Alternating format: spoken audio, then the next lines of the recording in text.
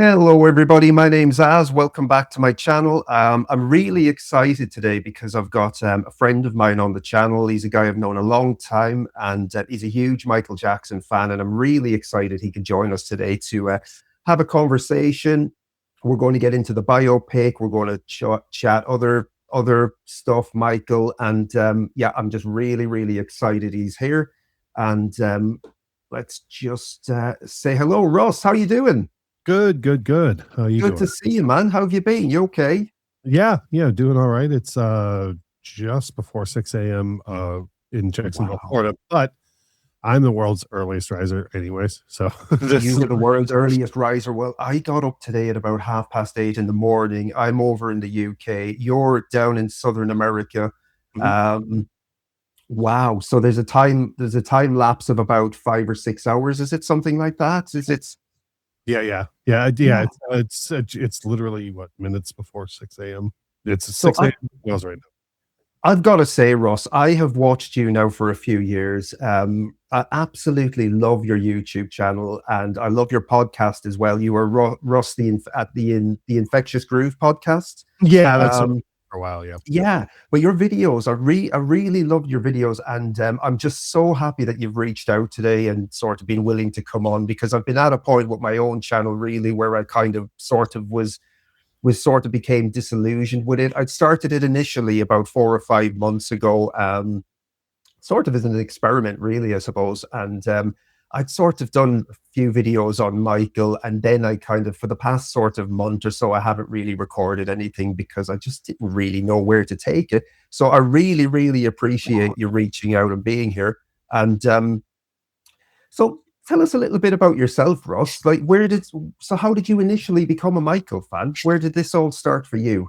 Yeah. Well, first of all, thanks for having me. I'm always very drawn to anybody who's got a positive outlook, especially to do with Michael. And we will, I don't want to put the cart before the horse, but we'll get Mm. into why it is that I feel like it's harder and harder to find MJ fans who are really drawn to the positive. Yeah. But just from, and this is the first time you and I have ever even spoken, at all. And just from seeing everything that you've written online in the forums, um, I've always been like, like that's a good dude, like, so I was just like, I would love to reach out. But as far as MJ goes, so a lot of us of a certain age, Mhm. uh, 21. yeah. When I the very first memory I have at all of MJ was I was 7 when Thriller was released. Um and it's not that, I mean, I grew up in Detroit, so we knew, Motown and everything, but for whatever reason I never heard like the Jackson 5 or like the Jacksons era or anything like that, really. And being 7, I wasn't somebody that was going to like run out and buy like Off the Wall or whatever, you know what I mean? Like, Right. Yeah. you know what I mean? I listened to a lot of just whatever was on top 40 radio. Mm. But anyways, when Thriller blew up, um like I have a very vivid memory of the first time like my mom took me to a store chain here in US called Kmart, and my mom like bought Thriller for the first time. Like I have very vivid memory, and the only thing I even knew off of Thriller, I think I'd heard Beat It maybe, and I was just like, well, I have to have this. Like I didn't, you know what I mean? Like I didn't, it wasn't like I has heard like, a ton of it. I'm pretty sure it was Beat It that I heard, and I was just like, well, I need to have this, Yeah. um and then I mean, and I always feel like I'm like, well, grandpa's from a different time, but like Yeah. if you lived through that Thriller era and you watched it as it happened, there's no way that you can't, like, my wife is even like about a decade younger than me, and Yeah. she didn't see it firsthand. And I tried, like, every so often I'll go on YouTube and just be like, try and find something like the other day I showed her I said, let me see if I can find news, just real news clips from the Pepsi accident, not like MTV reporting out years later, or like No. like the Detail Channel or whatever, but like actual news clips from then. Genuine, authentic, retro news clips from the day, back in the day. Yeah, and I found some, and I showed her, and I said the only way for me to get have you wrap your head around this is, I said, you have to remember that this is well before the 24-hour news cycle. This is before they never included celebrities in news ever. Like when I was a kid, like this is before even the show Entertainment Tonight existed. Like there were when they did, and I'm using Dr. Evil quotes, but like the news, like when they did news, it was the news, and they didn't consider celebrities news at all, no matter how big they were. And when I say that, I say, like, you know, there were huge stars here in the States at the time, like Rock Hudson and people like that passed away. And when they did the news, they would do the news, and then they, at the very end of the news, they would go, you know, and before we leave you tonight, so and so, you know, passed away, or whatever else. He was known for, you know, films and TV and whatever, and that would be it. Like that would be the extent of when Elvis Presley passed away in the U.S., they didn't stop. Like television just went on all day long. Ooh, and Elvis, I'm surprised. Yeah, but when the news came out, they were just like, oh, and Elvis Presley passed away. Like, because that's how the news cycle was back. Like celebrities weren't right. Celebrity culture was separate from sort of news. Yeah, completely. Until Michael Jackson, you know. And so I showed Lauren that, and I said, you know, not to focus on the Pepsi accident, but I said, you have to understand, you know, whole big decades long celebrities were passing away, and they were just like, oh, and by the way, so and so passed away. And I said, this man burned himself, and like the news stopped, and they were like, our king has injured himself. Like, you know, like the US as a whole was like, people like in regular life were like coming up to each other and just being like, is there an update on Michael? Like, that's how real life was. Like, this wasn't social media, you know. And so I was showing that footage to her. So every so often I'll show her stuff like that and just be like, and you have to understand, every day, everywhere, you know. And I think the big thing for me was, you know, when anything happens, some new artist comes out, some new video happens, whatever else, you always reach that overplayed or overexposed type thing. Right. Yeah. Absolutely. People have asked me, they're like, how did, like, you know, didn't it seem like he was just like overexposed and everywhere? And the difference for me is the quality level was so high on everything that he did that you couldn't. Yeah, you know what I mean? Like, you can't look at the short films for like Beat It, Thriller, even Billie Jean, which is like probably the lowest budget, like, well, Human Nature, I guess. It's Human Nature, almost like stop motion animation. But you can't look at any of that stuff and go, oh, that's a one trick pony thing. Like, the more you watch every piece of that stuff, the more there is to see. And production on Thriller is just so ridiculously good. And Michael was involved in so many different things. Yes. In that era, that it never got old for any of us. Like, none of us were ever like, him again.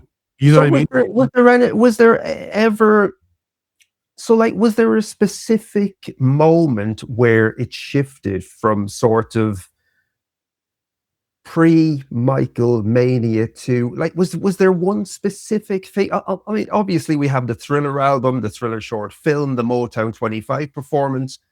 As you said, the Pepsi accident was the news. But was there one sort of pivotal thing that shifted it, or was it sort of was it gradual, or was it sort of overnight? What just like for me in general, like for me, complete mania. As a whole here in the US, the Motown 25 special was pretty much the thing that made, like, this was the thing that blew off. Yeah, the entire US was just like talking about it constantly. Like, I mean, there were like grown men who would never talk about a pop star who were like, "Did you hear about this thing where the guy walked backwards?" You know what I mean? Like that's how it Wow, was here in the wow. US. Yeah.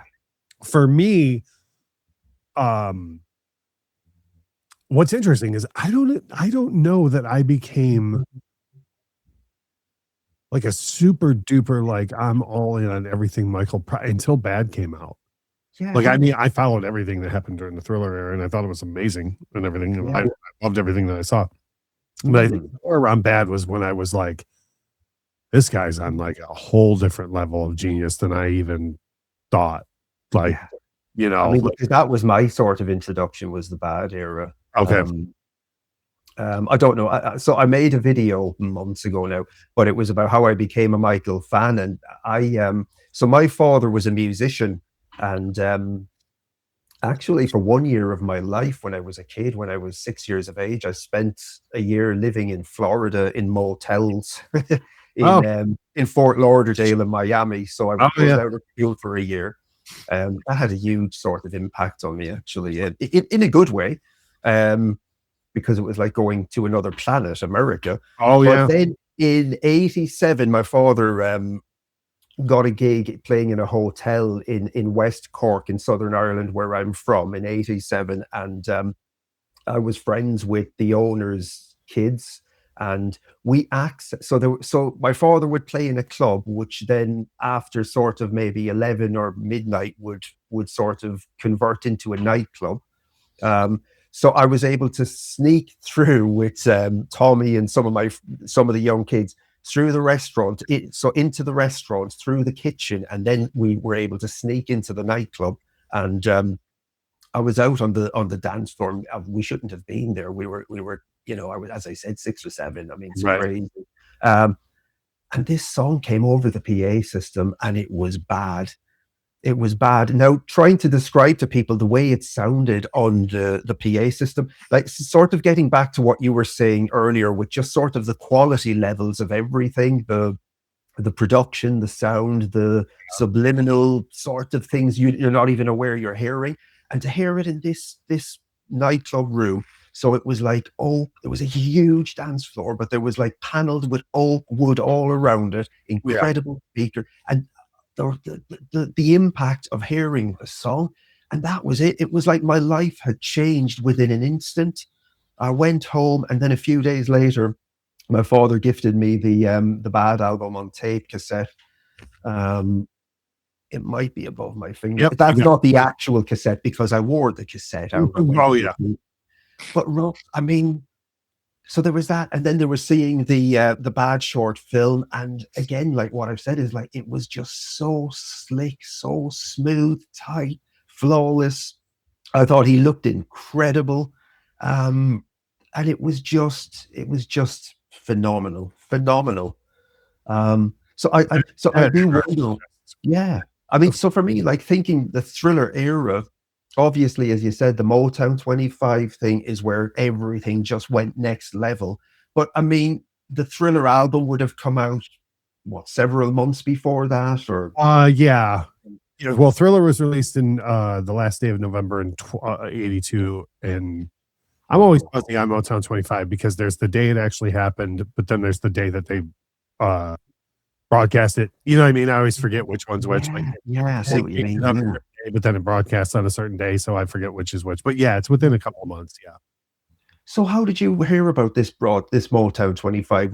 Did you watch the broadcast? Was Yeah. it Oh on yeah. the Just being from Detroit, like Yeah, we, yeah. you know, I mean, everyone in it knew about the special was coming, but like in Detroit, it was our thing. You know, like we were like, oh, we're totally going to watch this. You know, This what's big funny, Motor City, you're at the sort of the birthplace of Motown, aren't you? yeah, You're yeah, absolutely. I mean, oh, uh, I grew up 25. I used to live 25 minutes from Hitsville, USA, which is the house studio where I mean, I've wow. I've done the tour. Geez, I don't know, 20 or 30 times, and at the end of the tour, you get you one the thing that surprised me the first time I did the tour was I thought when you got to the end because the crown jewel of the tour is you get to see Studio A, which is where not just the Jackson 5, but the Temps and the Supremes and the Tops and everybody. You know, My Girl was recorded in this room. You know what I mean? Like, Yeah.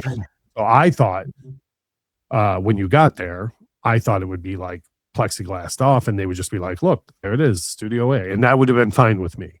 You know, like I would have been like, "Holy crap, it's Studio A." It's enough. Yeah, absolutely. You get to stand in the room. They let you walk right down. To tread on sacred ground where these recordings actually happened. Yeah. So when you stand on the floorboards in that room, you're standing in the exact same place where Michael cut the vocals for, The Love You Save, and Stevie Wonder sang Fingertips in there, and they cut My Girl in there, and the Supreme dancing in the street. Like, you're standing on the exact same floorboards where Marvin Gaye sang. You know what I mean? I find it extraordinary. I've done it like 30 times, and every single time I step down to that last step, you have a whole different feeling in your whole. You're just like, I can't believe I'm allowed to stand in this spot. You know what I mean? It's remarkable to me that you live 25 minutes away from something I grew up sort of feeling is this sort of almost non-existent mythological idea. Because even you said the song My Girl, I mean, like, even when I hear it now, it pulls me back into a sort of a weird mythological past that is sort of, I don't know, it's just sort of an idea to me floating in the air, whereas the fact it's 25 minutes away from where you grew up. Yeah, and I know actually stand in that place. It's when I took my wife to Detroit for the very first time, I literally, because she'd never been to Detroit. First time I was there, I was like, this trip will include you going to the Motown Museum, like, for sure, and she, same thing, she was just blown away. But there's kind of a humorous story about Motown 25 was that the night that it broadcast, whatever the very first night that it broadcast, my mom had to run to like the grocery store or something, and she said, hey, do you boys want to come with me? And I'm the youngest of 5, and my next oldest brother said, hey, well, yeah, I'll run with her. And my mom says, you want to go? I said, oh, no. Michael Jackson's going to be on this, and I want to watch. Like I literally just said, no, I'm going to, as far as I understand it, Michael Jackson's going to be on here. I'm going to watch this. And my brother said, well, I'm going to go with her, and I probably won't miss it. Plus, like, I think he's just, doing Jackson 5 stuff and whatever else. No. And so I said, okay. So I sat there by myself in front of the TV, whatever. It's like a huge TV at the time. I'm about 2 feet from, 2 inches from the TV. Right. I sat there by myself and watched the Jackson 5 performance, and I was just like everyone else on earth. I was like, oh, wow, that was really, what a great version of Never Can Say Goodbye. And wow, that was really cool to see that. And the brothers go off the stage. Same thing as the audience. Michael's still standing there, and I'm like, Michael's still standing there, and then he does the whole, oh, those really, but I really love, and I was like, it's, oh God, just like you hear in the audience, like when you listen back and you hear the people when he goes, but I really love, and you hear people in the crowd be like, oh, anticipate, the watching that on TV. He's not, is he? I'm like, oh God, here it comes. Like, he's not going to do it, is he? Yeah. So then he lights in the Billie Jean, which would have been fine as it is, but then when he did the moonwalk, like, I just literally was like, because I'd never seen anything, and I know there's the whole, like, people love on social media to, oh, here's footage of, so-and-so doing this. Michael Jackson never told anybody that he ever invented the damn move. Like, they always need to take it away from it. They need to just remind everybody, don't they? Yeah. But as a white kid from 20 minutes north of Detroit, I had never in my life seen, there wasn't somebody to shove a TikTok in my face and go, did you know that so and so did? So I'm sitting there watching Michael Jackson, he did it, who, boom, moved, and I literally, it was the first time in my life I was ever like, just like astounded by something. I literally was like I didn't, so not 10 minutes after their performance is done, I hear the back door, and here comes my brother. Oh, my Lord. I know. And my brother, I didn't miss Michael Jackson, did I? And I was like, you did? And he did the Jackson 5 thing, and then they left, and he did Billie Jean, and he did the thing where he was like walking, but it was backwards or something. Like, because none of us knew what it was. I remember, I can, like, as I'm telling you this, I can remember it as like whatever, an 8-year-old or something. I remember being like lost for words and like going a mile a minute and being, I remember saying exactly that. Like, he was walking, but it was backwards, and he was like gliding, but he wasn't. Like, you'll have to see. Like, I don't even know how to describe what he did. And my brother was like, damn it. Like, he was like so upset. I was like, he just sort of missed one of the most important moments in popular music culture that people still talk about to this day. It's just, oh my Lord. Oh my God. But even when he strikes that pose in the beginning, Russ, there's a sense of, for me, even when I watched it as a kid. So my first sort of viewing of Motown 25 was on this The Legend Continues VHS. He strikes that pose, and there's just something. There's a sense of destiny about it, isn't there? There's a sense of like something's about to go off here. Something is. I've never seen completely new. I've never seen one person ever like just be like, he's got the, like, when you think about that or the Super Bowl, and there's other moments where he would do this thing where he's just about like, greatness is about to occur. I'm giving you a moment to understand that, like, even I think like the 95 VMAs, like when he pops up there, he just is kind of like, by the way, I'm about to kick 10 kinds of ass. I'm giving all of you a second to understand what's about to happen. Right. You know what I mean? And it's like, thanks for giving us the common courtesy to give us a damn second to like understand it. And then he does the amazement, and people faint and everything. He's like, well, I warned you. Like, I warned you, like, he really understood sort of how to sort of build attention, though, and the anticipation. He really sort of understood the way to sort of build the drama of the whole thing and to create this sort of tensional shift while you're sort of waiting, and the excitement is building while he's, even the Super Bowl, I watched it live, and it was just, as he stood there, it was just, there was something so exciting about, even before he moved his head or anything, it was just like, oh my God. There's just wow. There's two quick points related to that, Michael and his ability to do that. One is because of This Is It and the intro to Smooth Criminal. Anytime I'm taking my time with like anything ever, my wife knows this. I like, if anybody's like, hey, is Russ bringing that in or whatever else, she'll ahead of me, she'll go, he's sizzling. He said that because of Smooth Criminal. In This Is It.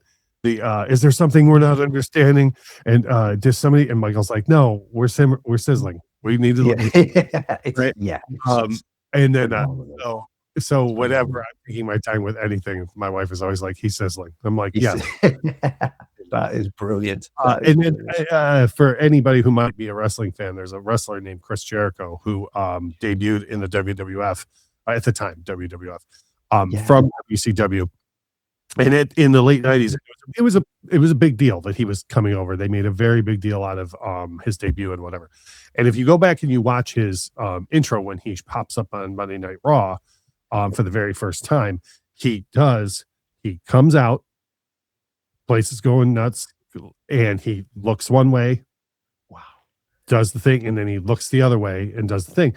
And for years though, wrestling fans have always praised him. Oh man, that was so cool the way you did your debut, blah blah. And Chris Jericho happens to be a big music guy. He's more of a metal guy, but he's a very big music guy. Right. And anytime people ask him about that, he always says, yeah, he's like, I don't know why no one knows this. He's like, but I stole that from Michael Jackson. He's like, he said he saw him on the Bad tour in Mexico or something, maybe Dangerous. But anyways, he saw him in Mexico when he was a kid. And he said the show happened, he popped up and he did the thing where he looked one way, and waited too long, and then looked the other way and waited too long. And then like it gives people that anticipation.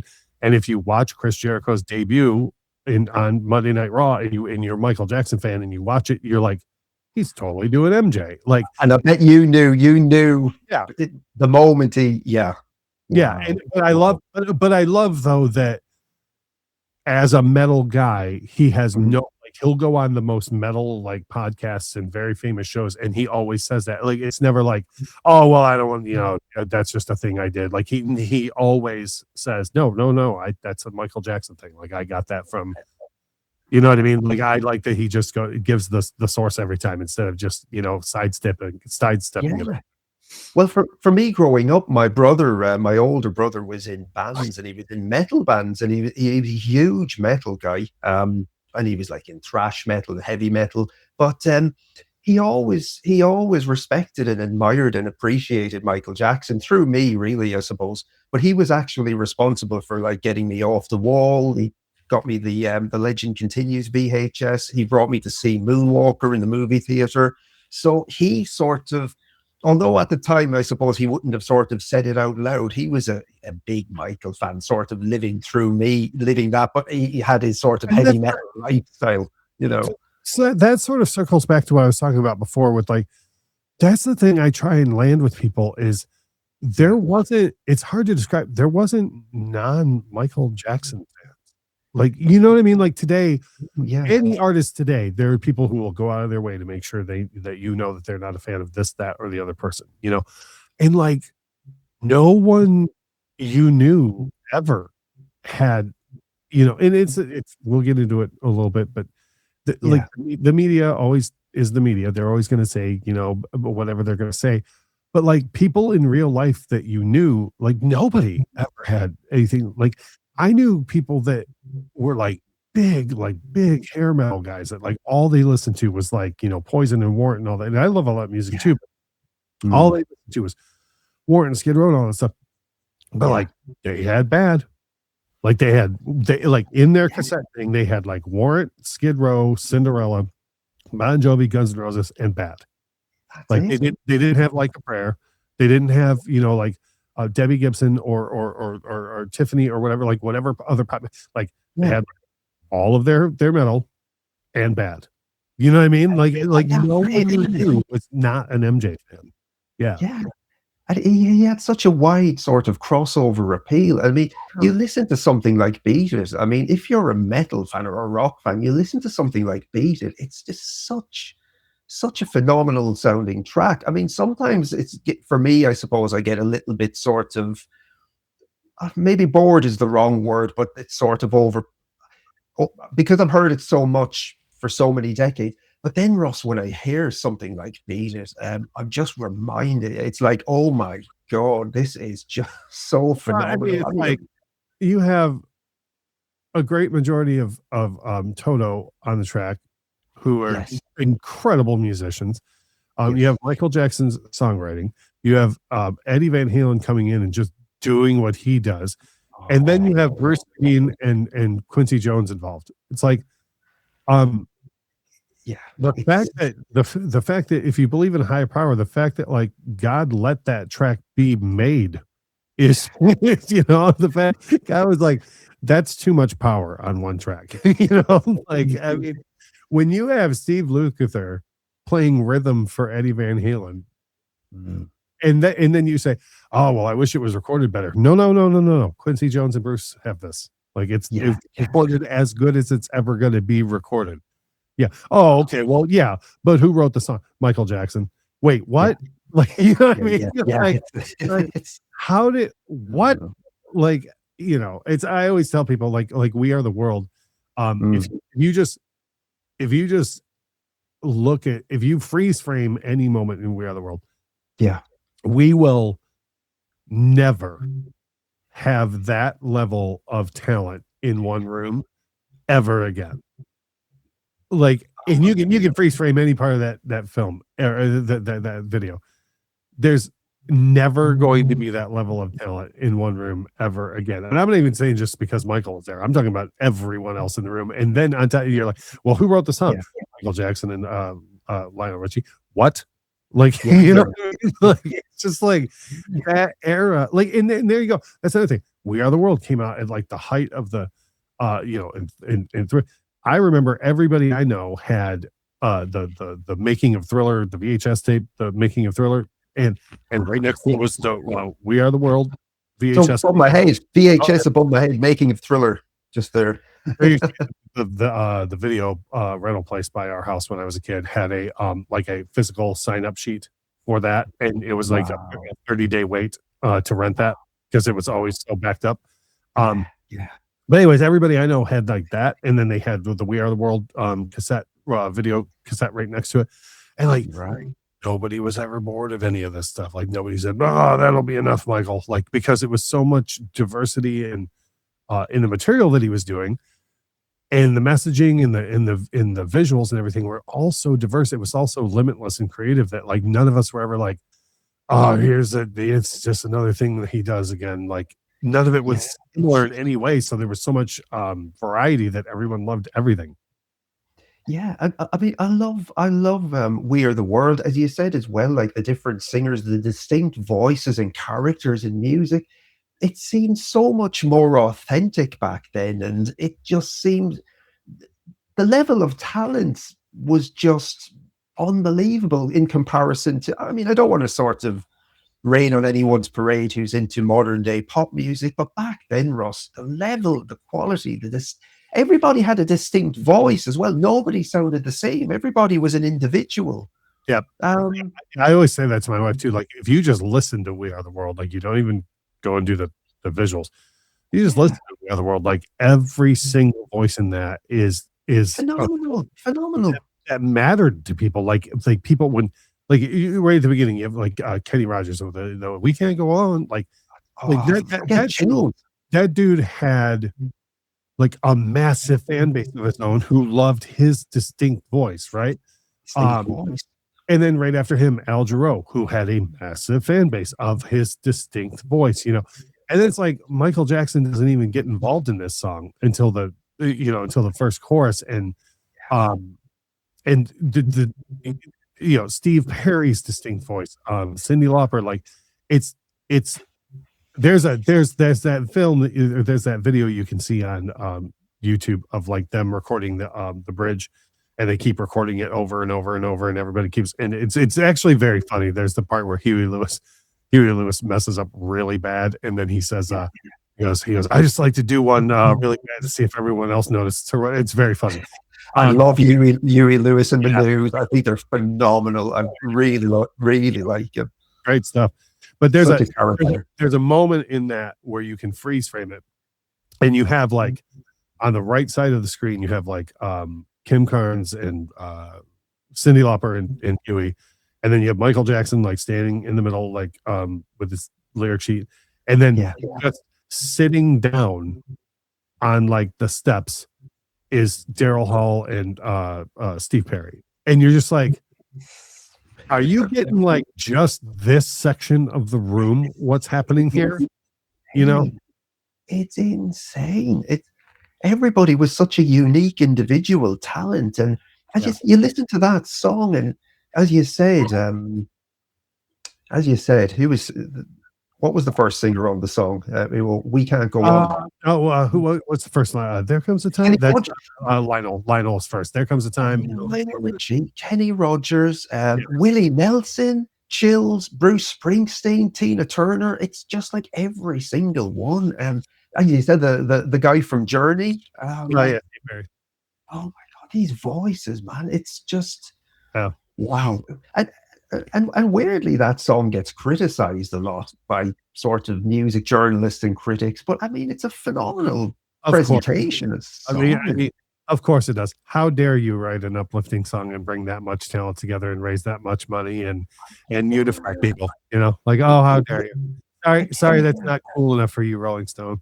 You know, Yeah, I sort of roll my eyes in dismay, and you know what's coming, what they're going to say about it, what their opinion is. But I mean, listen to that song and just, I mean, it speaks for itself. I mean, the way it's produced, the individual singer, it's a phenomenal song. I think it's really, really brilliant.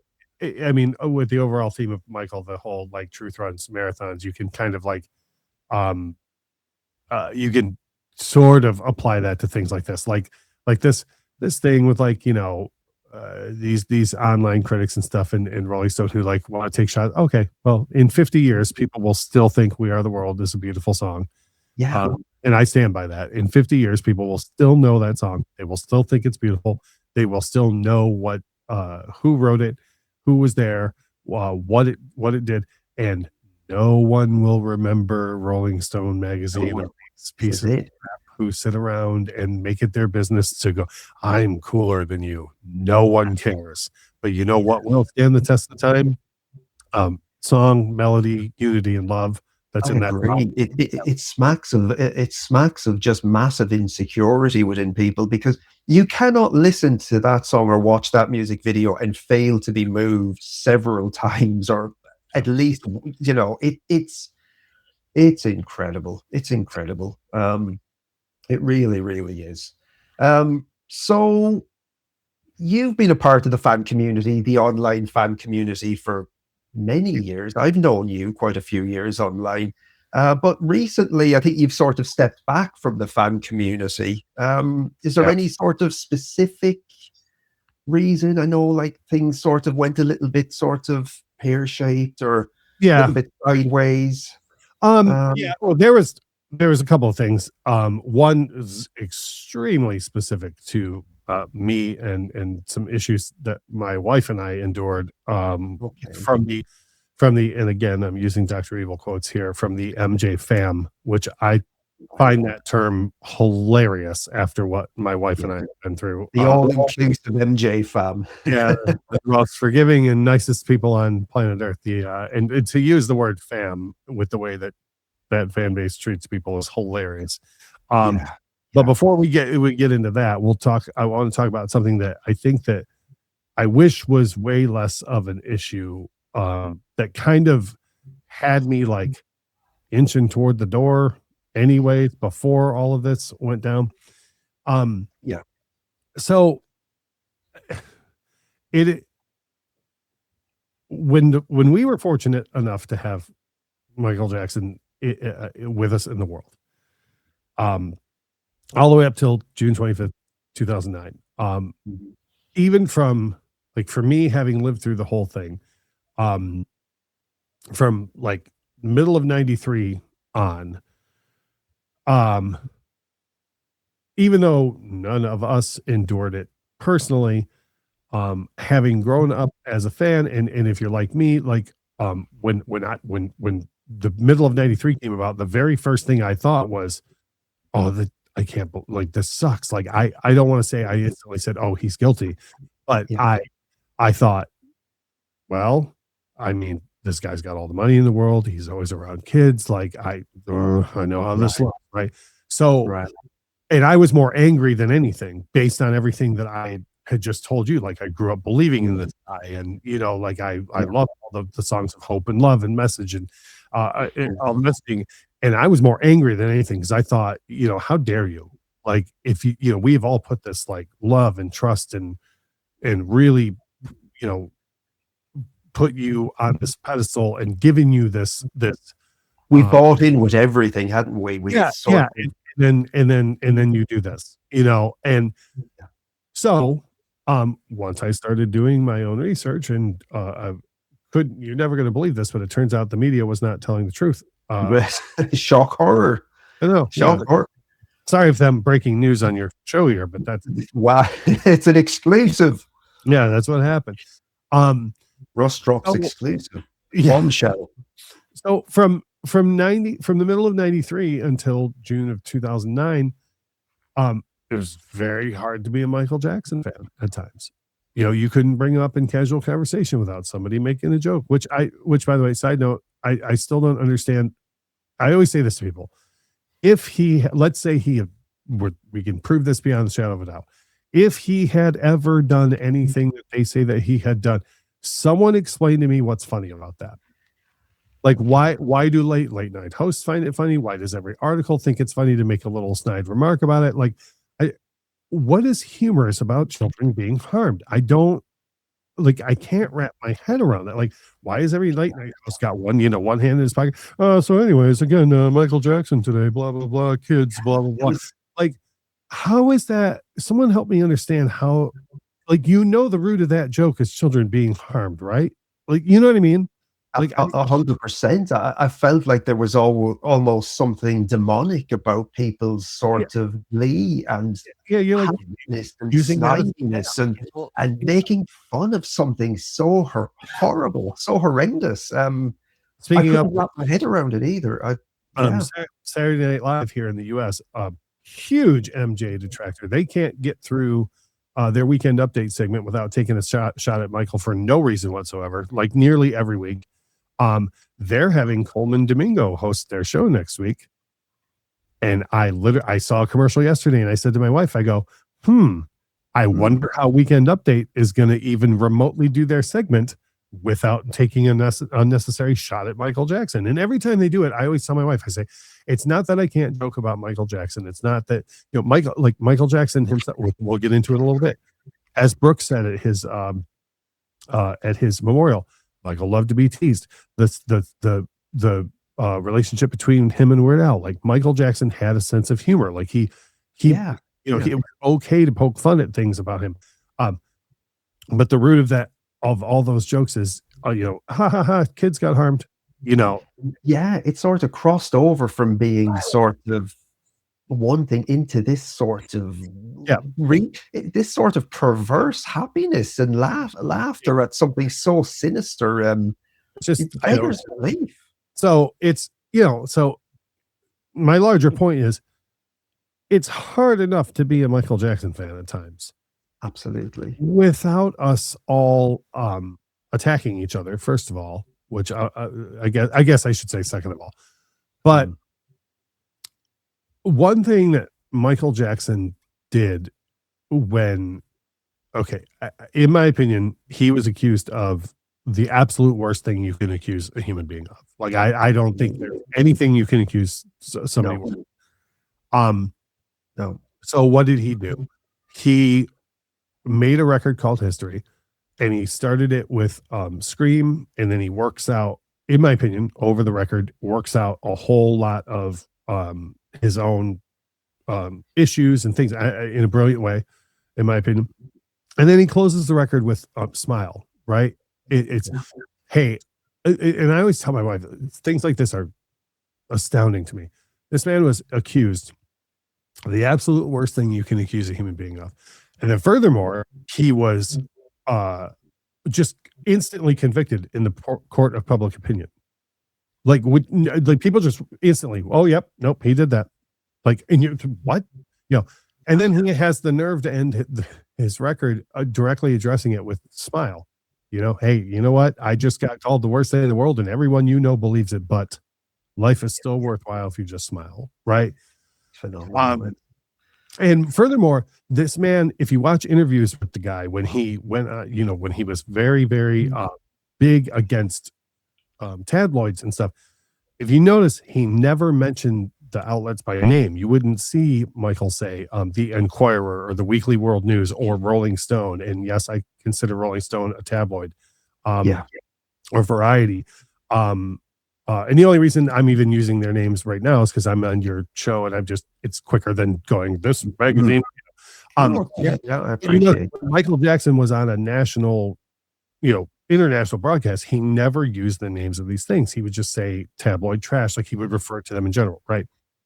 So what do we see online, though, from these people who claim to love Michael Jackson so much and everything that he stood for?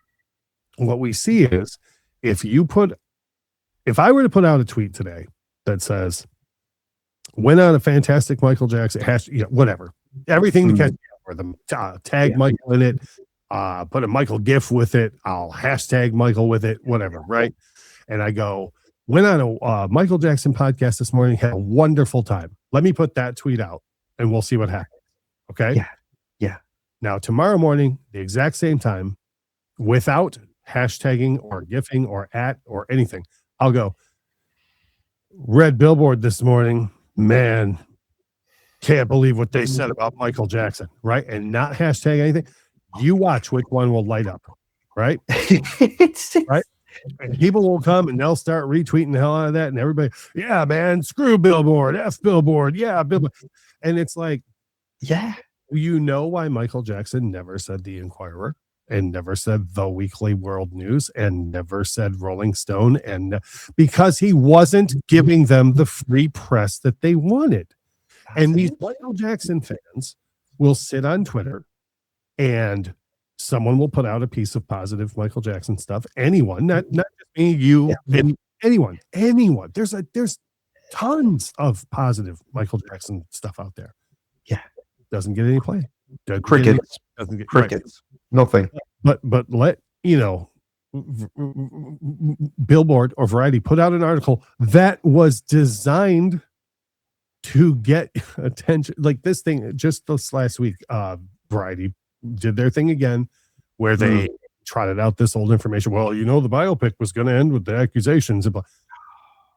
Okay, I don't care how old that information is. I don't care. Like, they put that out because they knew that all of you in the quote unquote MJ fam were going to do their work for them. They put that out because they knew all of you were going to retweet it and glorify the hell out of it, whether you like it or not. That's what you're doing. Glorify. You're retweeting it. Oh, well, F Variety and blah blah blah. It doesn't. Which is what they want. They want you to say F Variety because you're still saying their name. You're still you're retweet. You're giving a platform to the negative thing, and I can't wrap my head around how Michael Jackson fans don't understand that. Like, I don't. There's so much that you could be positive about in the MJ world, but man, anytime something like there's people all the time. Oh, I just found this article about MJ, man. These people suck. Well, then why are you reposting it on a forum or putting it on Twitter? Hey, how about you do this? I was on the internet today. I saw some article, by the way, don't name the outlet, that was awful about MJ, which caused me to then look for something to counteract that. I found this video, or I found this other article, or I found this forum post. Everybody should go look at this instead. Why not do that? That's what Michael would have done and did. And that's the way we should be approaching it as a fan base. So there's a portion of the fan community, isn't there? They're sort of like sitting around waiting to be sort of rage baited and triggered into feeding into this nonsense. And they're, as you said, they're perpetuating it then, and they're doing the work of the media outlet for them.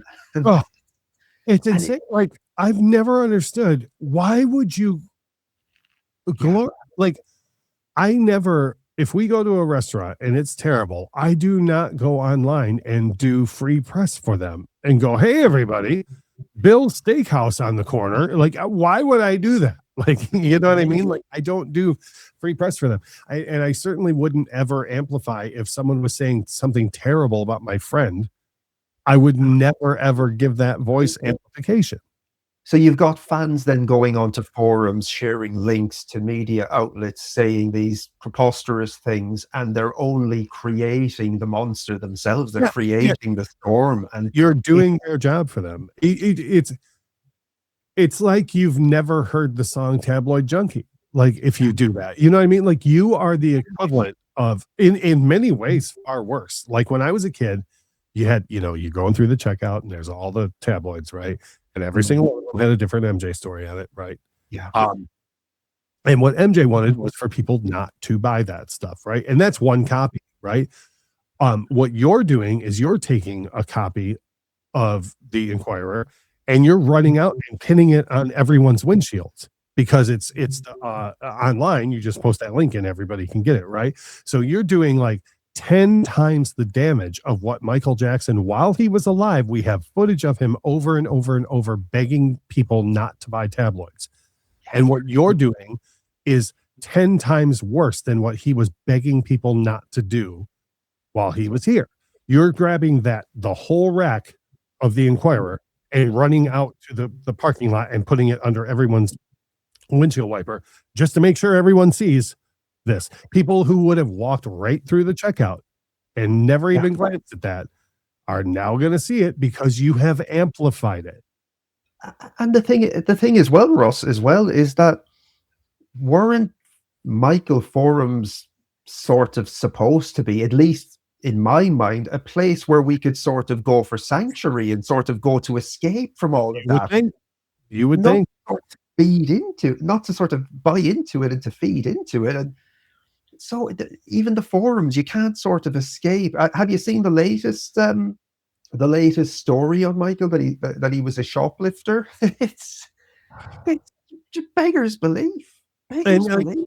and on the one hand, I understand there's probably some folks that say, well, you can't bury your head in the sand and you can't, it's up to us to defend him and whatever. Okay.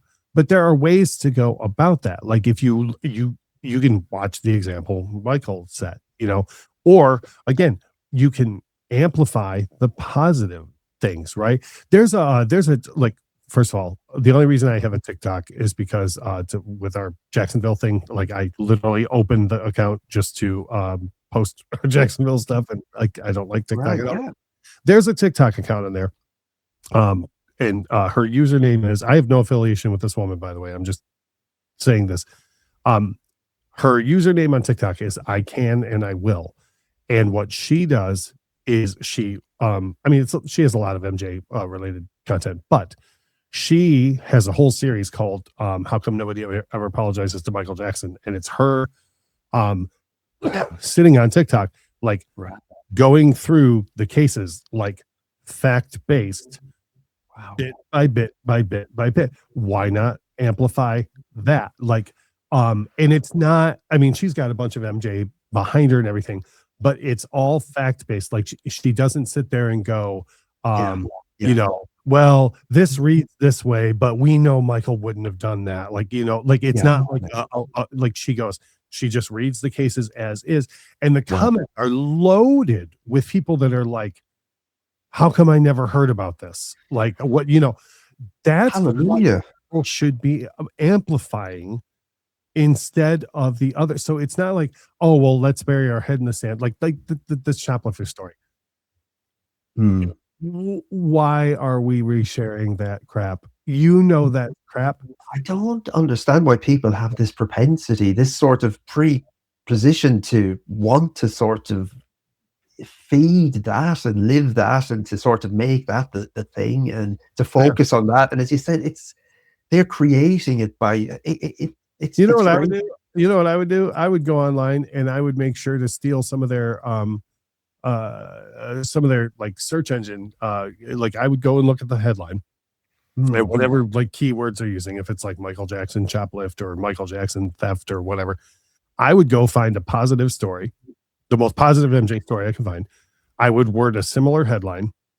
I would use like the main stuff. I would use Michael Jackson, and then I would use like whatever the big, like if it was shoplifting or whatever, and I would make a headline that's like similar enough that will catch like the search thing, so that people, like, even if people accidentally click on this positive story, like that's how to combat that. Like, why would you amplify the just the lowest common denomination stuff? It's and a lot of people do it under the guise of, oh, well, I'm Michael's not here to defend himself anymore.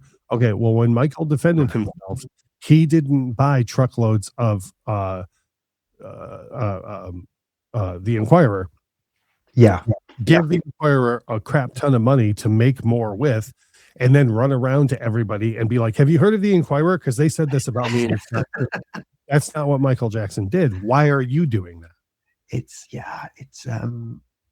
So then I suppose that maybe sort of leads in then to sort of your sort of, because you were on the fan forums for years and you were always sort of a beacon of light and positivity as well, and you never had any beef with anyone, or you always sort of were very straight with your sort of opinions on things, and you were sort of open and approachable, and you certainly didn't warrant any kind of sort of hostility or so.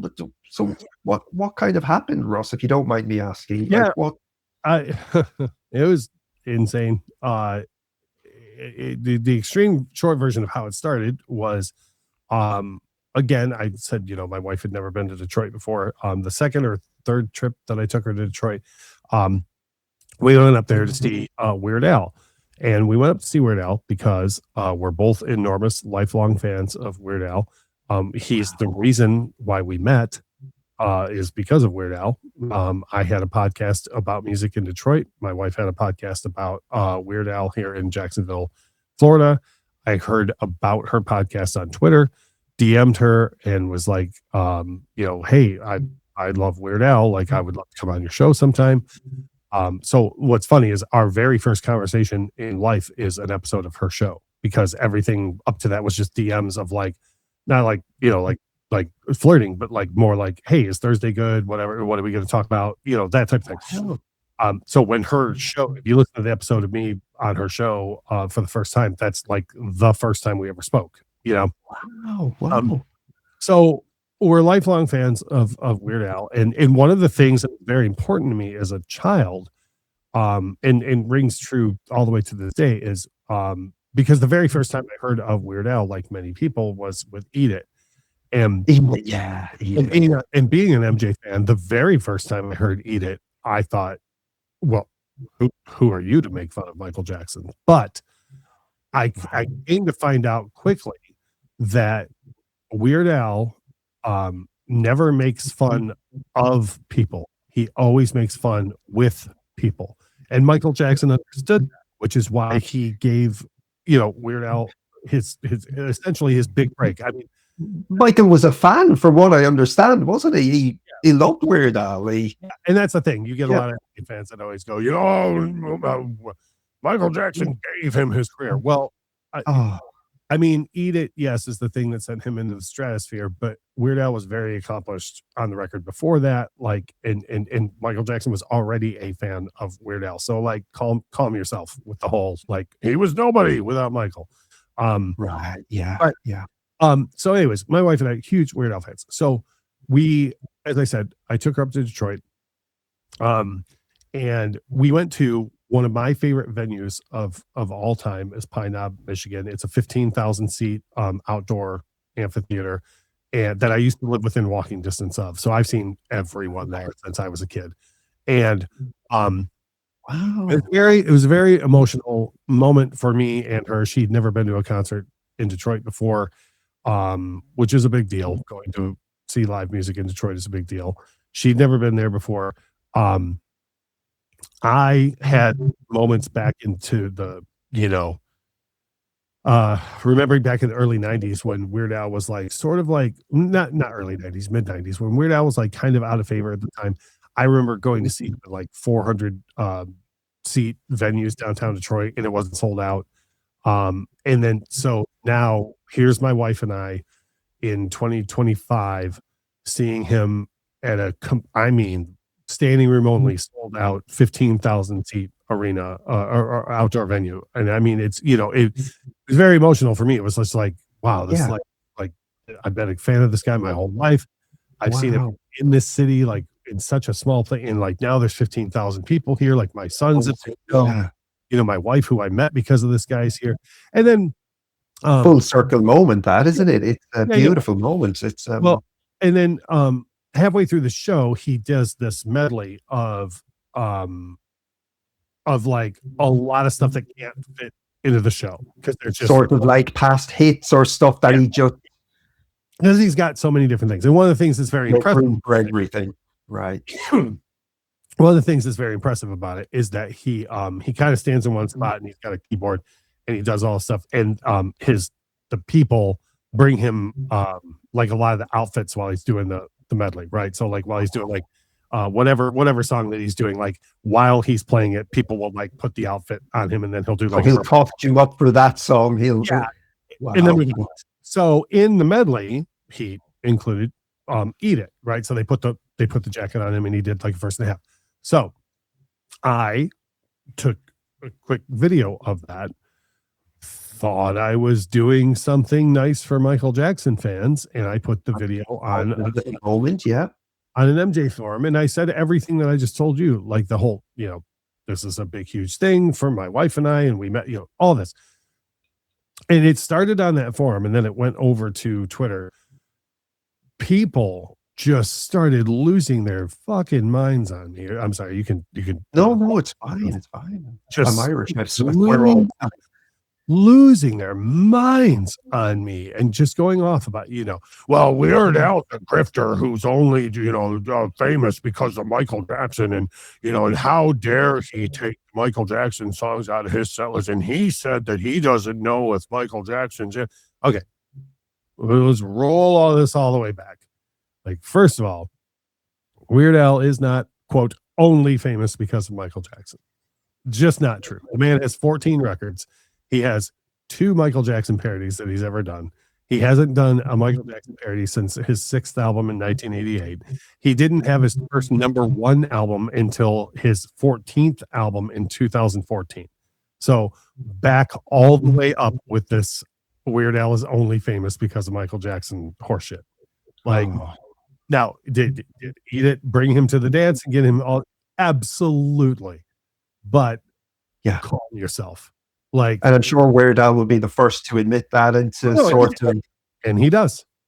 Give props to Michael for that. And no, all the time. And regarding Weird Al and taking the songs out of the sets and stuff. First of all, he did a couple of tours where those songs don't fit in. Number one, he did a tour called Strings Attached, which was literally with a full orchestra, the whole tour. And so that had its theme of he has a lot of stuff that fit more with that than those things. And then he did 2 different tours that were only his original songs, and they were like on purpose in small arenas or small venues just for like me and the super hardcores. Like, you are not going to hear White and Nerdy tonight. You are going to hear like all these songs that no one else knows, so like, you're not gonna do those on a tour that's advertised for not having parodies. You're not going to do any parodies, let alone the MJ ones. And then, of course, the media is gonna try and do the gotcha questions. Well, hey, you took out the, and this was the point my wife and I were trying to make online was, it's just not Weird Al's job to defend Michael Jackson. It's just not. No. And all these fans, it's like the point we were talking about earlier. Weird Al's done so much good in the world, and for all the good he's done, everything. All these people they know nothing about him. They know now they've added him to the list. To the list.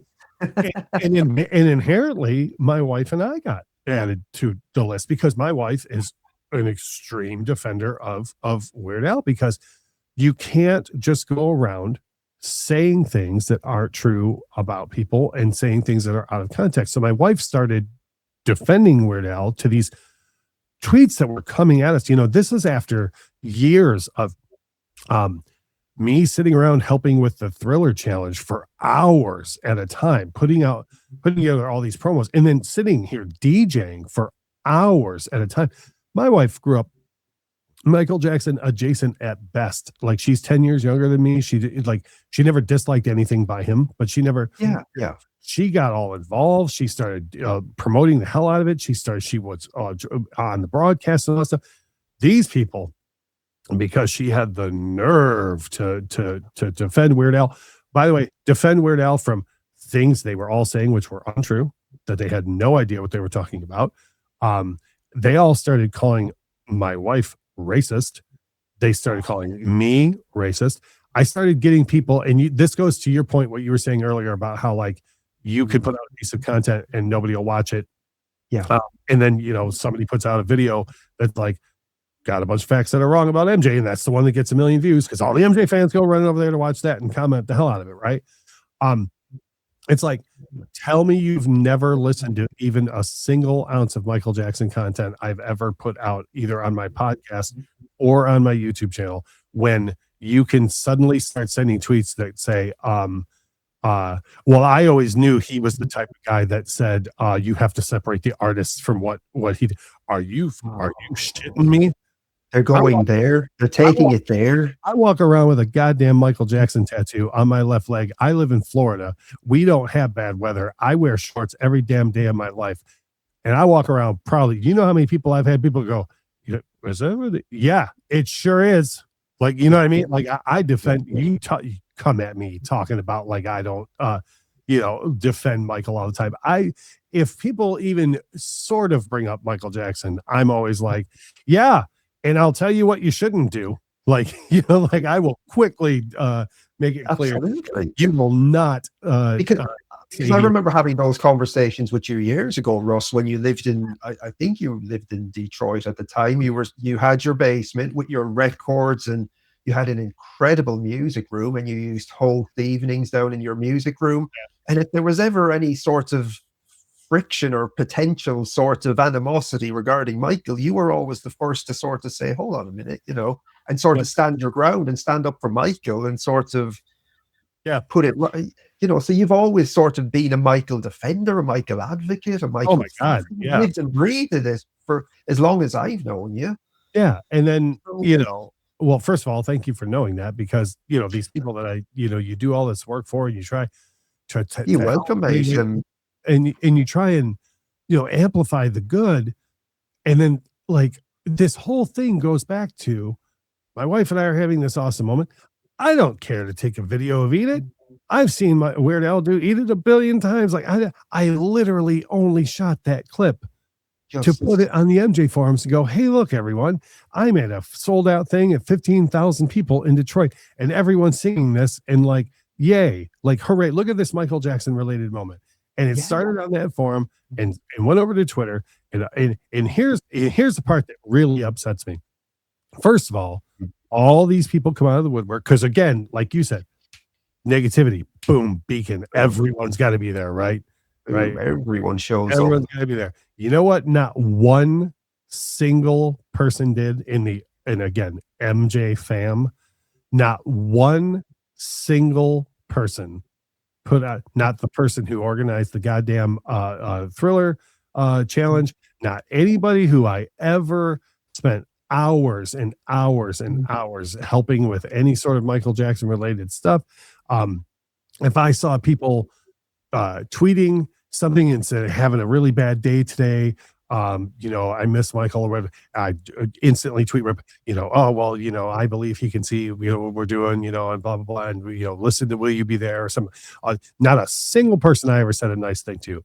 Not one person came to either of our defenses.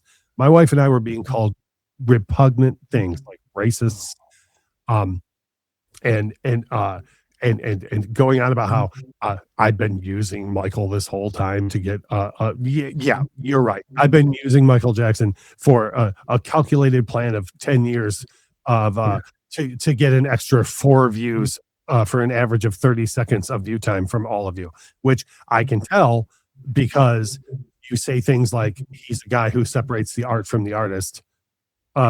Like, so obviously you have any idea what you're talking about, so when you have a fan base who instantly goes to everything negative, which is against everything Michael Jackson stood for, and then on top of that you're going to flat out attack me and my wife and one of our favorite artists. It's like, and I know I'm rambling. Here's the last one. Please share it because it's Michael Jackson fans. It's important. If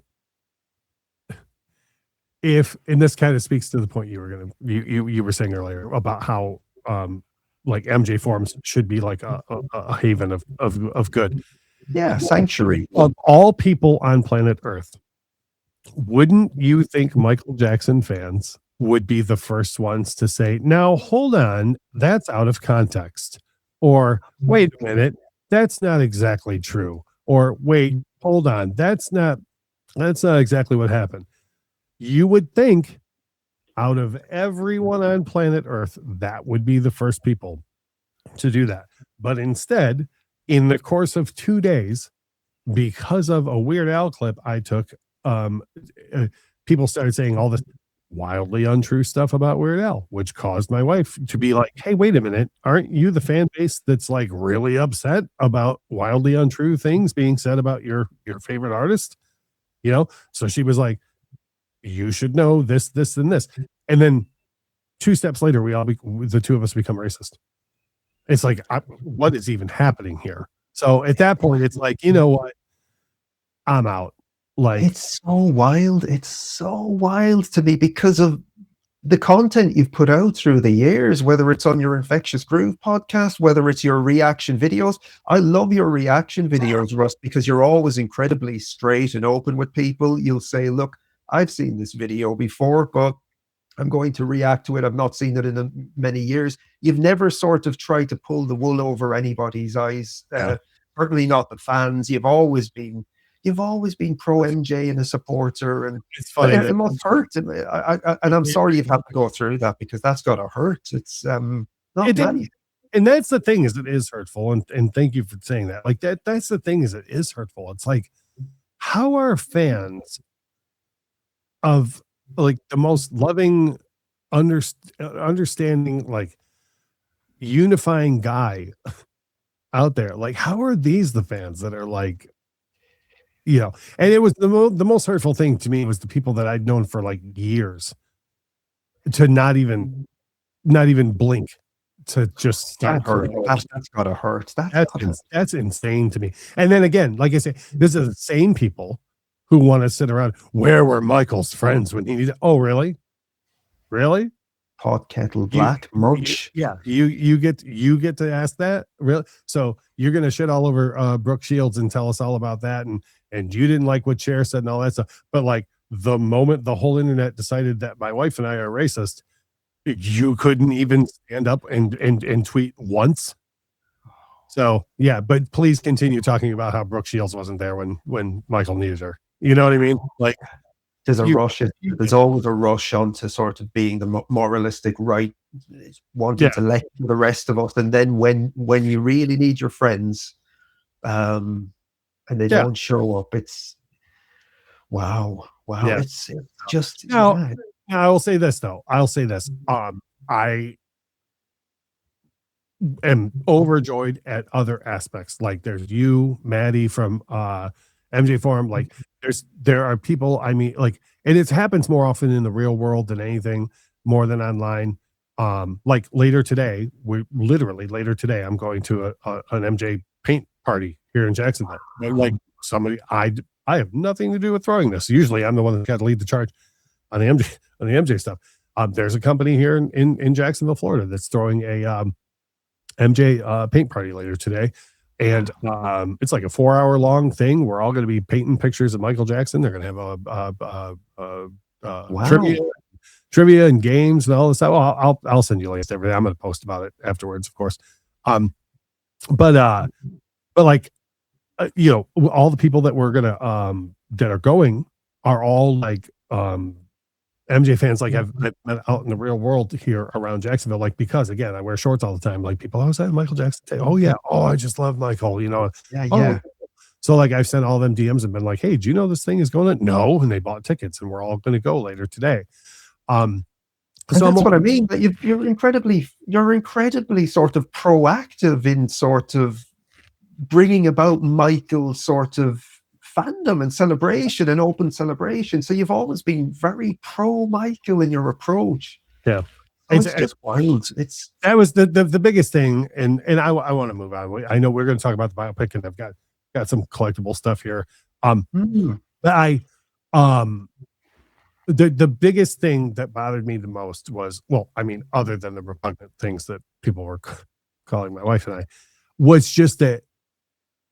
And there were even people that, because I said to people, I said, you know, I've put so much time and energy and good faith, like in all, like, and I've never even asked for a thank you, like, and then to treat my wife, and literally you talk about people say, how could they take what Michael said out of context? This is how, because the moment I said, my wife, I've never even asked for a thank you. that became the narrative. That's Oh, twist, and then immediately that's oh my God. For the next 3 days, that's all anybody would say is, oh yeah, well, he just flat out said all he ever wanted was somebody, he just wanted praise. And I'm like, yeah. how are Michael Jackson fans literally going to be the people who are taking this the most out of context that anything's ever been taken out of context? It's like Yeah. when you sit and you have the nerve to retweet these videos of Michael crying and all this. Oh, I just feel so bad for him. Like, no, you know what? Like, I literally break down like and cry and get upset, and I can't watch that type of stuff. I've shown things like I told you earlier, I've shown things to my wife, and I get emotional watching that and think I can't wrap my head around what it must have felt like to be him in that moment. So these people sit and they retweet this stuff. Oh, woe is me, and man, Michael must have just felt awful. But then you turn around and you do that stuff to someone like me. Yeah. Like all you were doing, you were offering a simple little aside. All you were saying was, like I never asked for a thanks. You weren't asking for a thanks. You were just sort of saying, I've done this, that. Well, in that moment, I was just saying, I've never asked for a thank you, but could you please not call me racist? And the narrative became, oh, that's all he wants is a thank you. Okay, yep, you're right. You know what I mean? It's like I could understand if this was fans of like almost any other band, and you go, hey man, well, do you know a lot of people take things out of, but you're fans of Michael Jackson, the guy all artists took everything out of context all the time. You have to talk to people all the time about, just everything to do with it. You got to go, well, okay, well, hold on now. There's that was out of context and whatever, and then you got to explain it to people. So, how do people not? Why would you turn around and do that to other people? So why do they get so personal, Russ, as well? Does it get back to that sort of thing of they're so insecure about themselves that they've got to literally go in on you or your wife or it's that and that's again, can't you I look at Michael Jackson as you have a person who grew up with all the mental abuse that he took in the different cosmetic surgeries that he had to have, as far as the injuries to his nose and whatnot, and then to deal with vitiligo and all that stuff, and then for to never attack anyone else. Like there's nothing on record ever of Michael Jackson ever saying, who I think looks funny, this person. You know what I mean? Like ever. And even his approach to the Eminem music video at the time was he didn't want to sort of go in on Eminem, did he? He just sort of kept it very diplomatic, and he said, he was hurt by it, and other artists, great artists, don't do that. And in private, I'm sure he was wildly hurt by that and very upset and very hurt by it. But you didn't see him attack other people, and so that's why I say I don't understand how these people who are fans and who have deemed themselves the family, my family doesn't attack each other and call each other racists, and especially when you take something so wildly out of context. It's like I told you, the Weird Al thing is so laughable to me because the man, the last time he had anything to do with Michael Jackson was on his 6th album in 1988.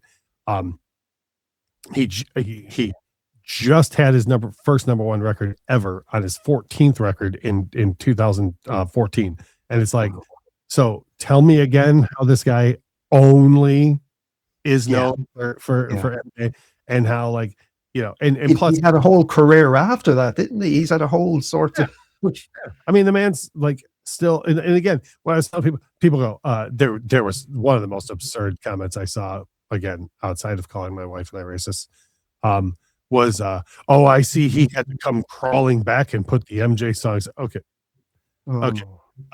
First of all, I wouldn't call putting part of Eat It in a medley crawling back.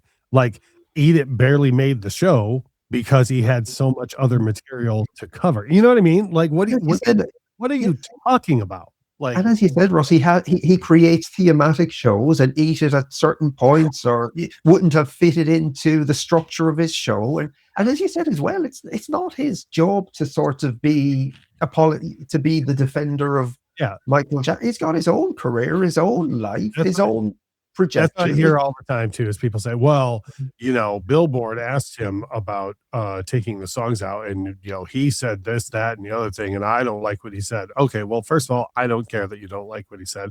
Second of all, it's not Weird Al's job to defend Michael Jackson. Like, he's got his own career.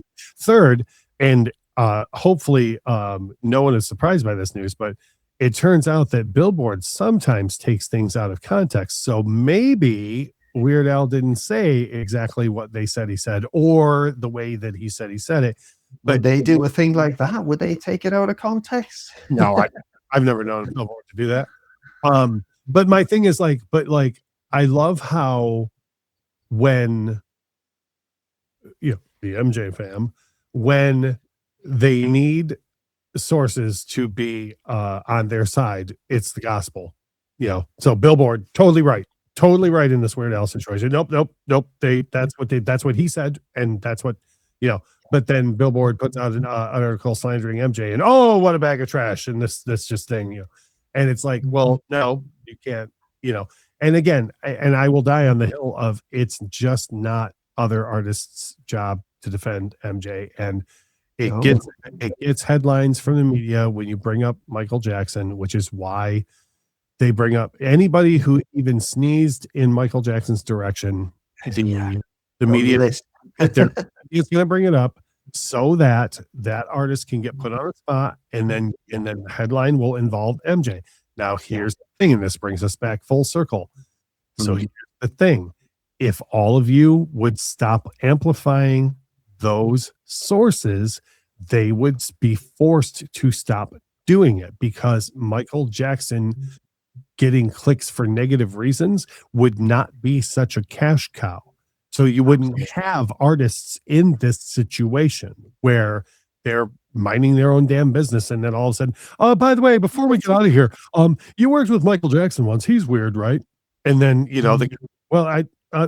I don't know if weird's the word. He would, there was always a sort of, and then the headline becomes, Joe Smith says, we're working with Michael Jackson. He doesn't know if it was weird, and all of you, that would have no air supply if all of you wouldn't amplify that. 100%. 100%. What if you started making the thing that gets clicks and money to be made positive Michael Jackson content? Then we would see more of that. That's how this works. Absolutely. Absolutely. It's wow, the mind boggles, and it's there's so much hypocrisy around the fandom, and it's not nice. So you've stepped back from the fan base for a while, I suppose. In that sense, you're still a Michael fan, obviously. Are you going to see the biopic? What's the feelings? What's the thoughts? What are your ideas? What are your... So I feel like my expectations have shifted greatly, even in the past. When did the soundtrack track list drop? Like a month ago? Roughly, I would say about a month ago. Okay, I feel like that it was the thing that made me be like, okay, I really know what to expect here. It sort of set the template for you, and there was which definitive sort of confirmation of. And I'll say, going in, I think that now knowing, like, I mean, by we haven't seen it yet, but by the track list, my guess is it's going to cover only up to the very start of 1987, because the last song on the soundtrack is bad. Okay, and we've seen in the trailer, him in the bad gear at what I presume is of a very CGI looking Wembley. Yeah. that wide shot as it closes in over the crowd. That's the only shot I don't like in the trailer. I'm like, I get you. I get you. It's a little bit CGI. Yeah. So I'm assuming that that's the latest that it's going to cover. So I don't mind that now. Because I always told, if you go back on the forums and you look at stuff from 3-4 years ago, I always told people, I'm like, this is not going to be the film you want it to be unless it's 6 hours long. Like it's just not, like, and here's the thing: hardcore fans would sit through a 6 hour Michael Jackson movie. Casual fans wouldn't. Casual fans are the ones who need to be re-educated. So, like, what do you do? Like, what do you do? Between the rock and the hard place. So, I'll say this: I think I love that it's being made at all. There was a point after a certain and again I use quotes, after a certain documentary came out in 2019 that I was like, all right, well, I guess we're done celebrating Michael as a planet. Like, and I don't say that up in the moment, certainly, yeah. I just was like, okay, well, I guess I'm just going to spend the whole rest of my life defending him against this. It was touch and go for a while, Russ. It really was. There was uncertainty back in the air. That's and it's incredible that we are now find ourselves where we are, isn't it? It's it's I think Jafar looks great overall. I don't understand this push on social media where people go, I thought it was Michael. He looks like Jermaine's kid in a wig, like, which is what he is. I'm not dumping on that. Like, he's Jermaine's kid in a wig. So he looks like Jermaine's kid in a wig. I see these people that keep doing these like side by sides with like a picture of like, MJ at like Motown 25 at the big, and they're like, look at he looks exactly the same. I'm like, no, he does not. He looks as if Jermaine stayed on stage instead of Michael. Like, it's like unnecessary need, isn't there? Like, to go out of their way to sort of kind of, oh my God, I can't believe it. You can see it's not Michael, but it's capturing if he can capture his essence in the performance, I guess, isn't it? That's what being an enormous Elvis fan, which of course a lot of MJ fans have a problem with, but being an enormous Elvis fan, Austin Butler does not look a thing like Elvis, but I went into that movie the way that I'm going into this one, with what I call cautious optimism, and he captured Elvis's mannerisms so well. Like, as a big Elvis fan, like, there was just, he didn't look like him, but he had his mannerisms down enough to where, like, I've watched enough Elvis footage to where, like, easy, like 10-15 minutes into the movie, it was easy to lose yourself and just go, okay, this is Elvis. And that's what I'm hoping for from this. Like, I'm hoping that Jafar is doing is acting as Michael and not doing an impression of Michael, if that makes sense. Right. That makes a lot of sense. And I get what you mean by that. Yeah, there's nothing worse, is there, than somebody who's sort of doing a bad impression. So it's about, I guess, capturing the truth, really, of Michael's inner being and his soul and his essence. And yeah, there's nothing worse than a bad impression, because there's been a few movies in the past, attempts at sort of telling the Michael story. And I mean, there was the American Dream. What was it? An American Dream series, and what was that? 1990 thereabouts. And coincidentally, actually, I think, was that directed or produced by Jermaine? And now, like, Jafar is in this. Yeah, I think so. I think Jermaine had something to do with it. But so you're not so hung up on the fact that he doesn't 100% look like Michael. It's about capturing the essence. And I totally agree with you with Austin Butler's performance in the Elvis biopic. I thought he was really, really good. And yeah, I mean, 10 minutes into that movie, I was able to sort of buy in and just suspend reality and escape into the movie. And I thought he'd done a splendid job of Elvis. I really did.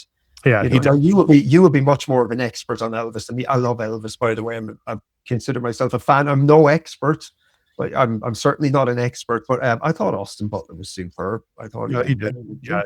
Yeah, he really did.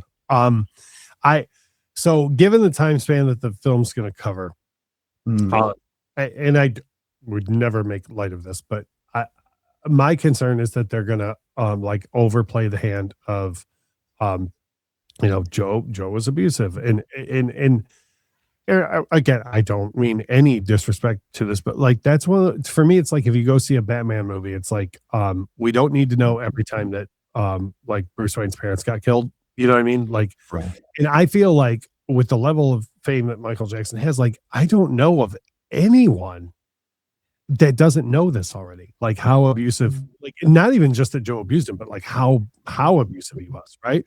Um, Right. and obviously they need to cover it, but I hope they don't spend like a ton of time on it. Covering old ground, as you said, where we Yeah. all sort of know the ins and outs of it. Yeah. And then Yeah.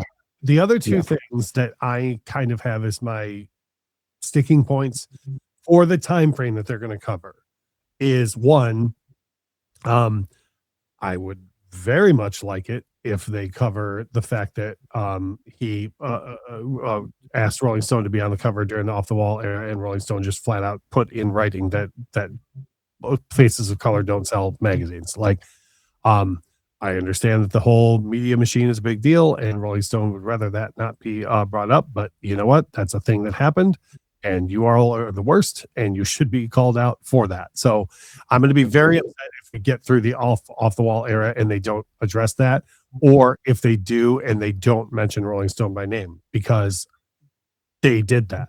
You know what I mean? Like, Yeah. there's that, and then I don't know that they'll be able to address this fully, but I hope that there is some allusion made to the fact that Michael Jackson is not a bad guy in the Paul McCartney Beatles Situation. because Paul McCartney's been telling anybody that will listen for 40 damn years that what a bad guy Michael Jackson is. And if you're like all things Michael Jackson, if you just look into it for more than 5 seconds, you're like, no, that's not what happened at all.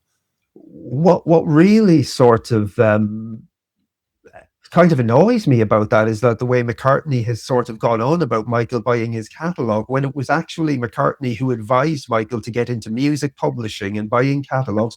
And McCartney himself had bought numerous catalogs from other artists and had no problem doing that. And then also, Ross, like, Michael bought the ATV catalog, which included the Beatles catalog, but McCartney was offered it first. McCartney and the other Beatles were offered it first, but from what I understand, McCartney wouldn't pay. He wasn't willing to pay what they were asking. But that's not what you hear him tell people. Yeah, for 40 years it's been, oh man, Michael Jackson totally stole my songs from me. No, that's not what happened, Paul. So he goes on Howard Stern and he I don't expect them to spend 15 minutes of runtime explaining this, because the casual audience owner would be like, I don't know anything about audio music royalties. What is this?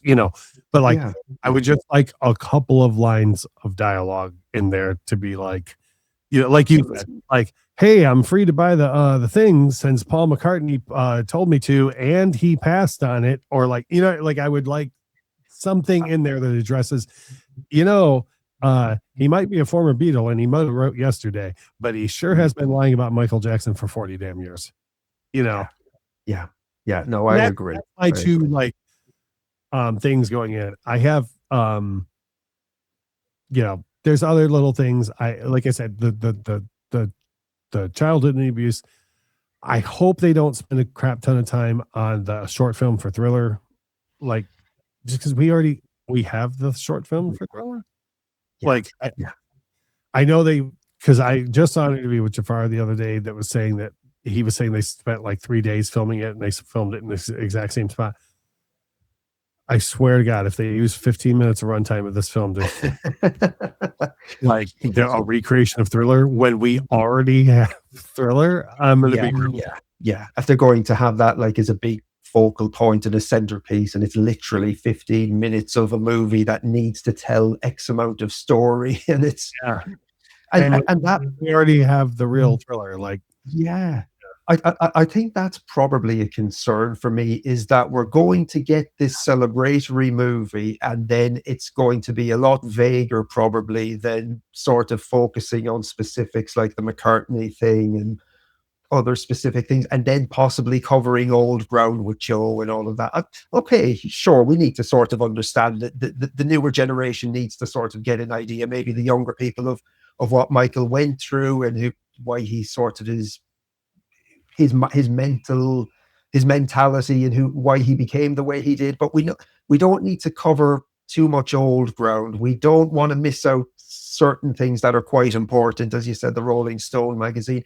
I do suspect that it's going to be a little bit sort of more vague and more in the approach of just sort of a celebration kind of thing, But yeah, which I, in a way, I get, but I just also like having been there and seen it, like in the way he, like the whole world was celebrating him, and conversely, like from the beginning, the media was just like, yeah, but he's weird though, right?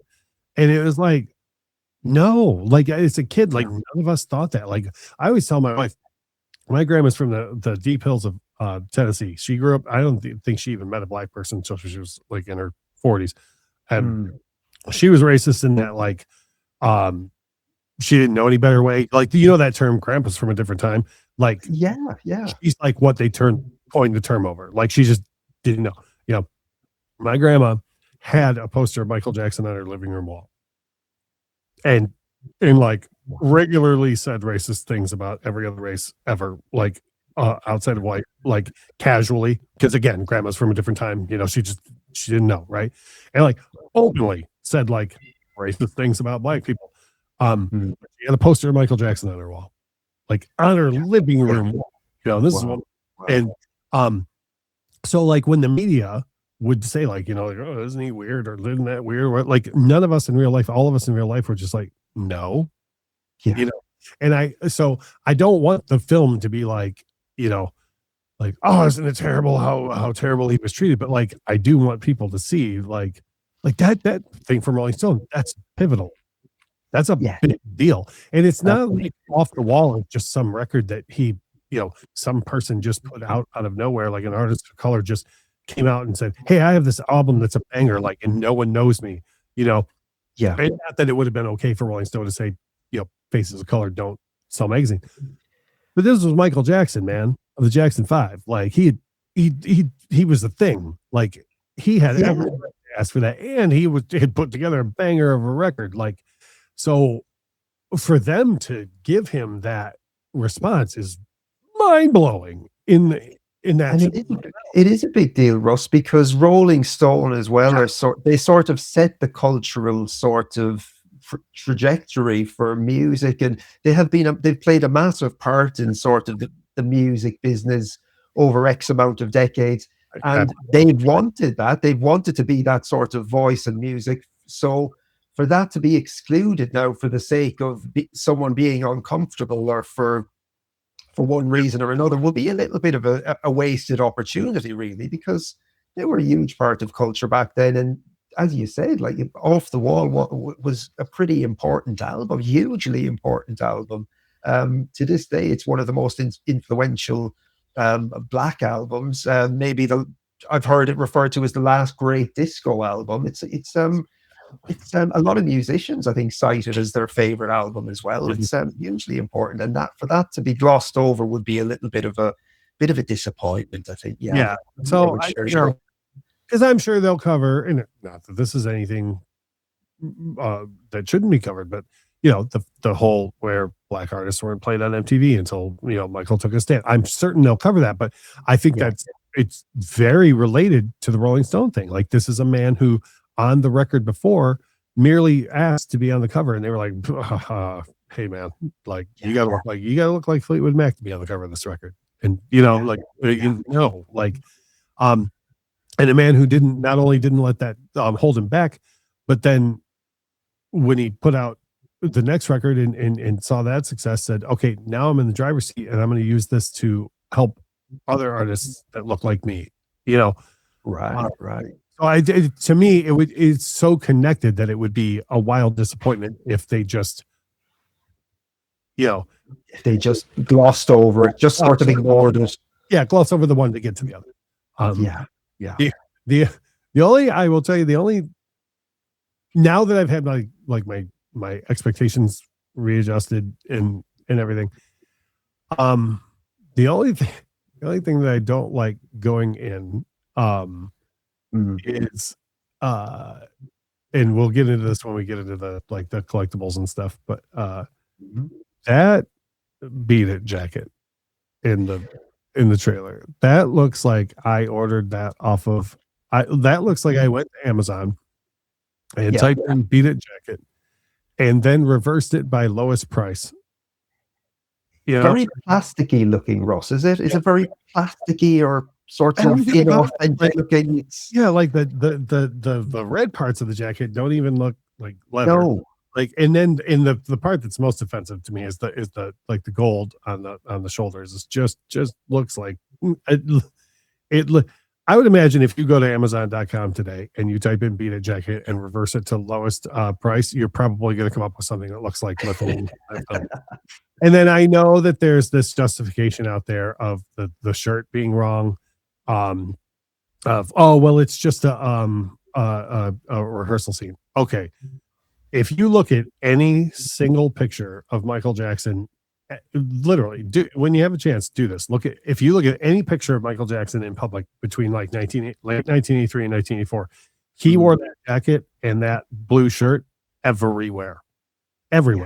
Like if you see him out at anything that was not the Grammys or the American Music Awards, he wore that jacket and he wore that blue shirt everywhere. So you're trying to tell me that he just wore the piano shirt to the rehearsal that day? No, because there's never. Michael Jackson's the most photographed person on earth in the past 50 years. You're telling me there's not one photograph of this guy wearing that jacket with that white shirt, right? And to me, the bigger problem is it's just lazy. They didn't want to pay for the design, for the licensing. Yeah.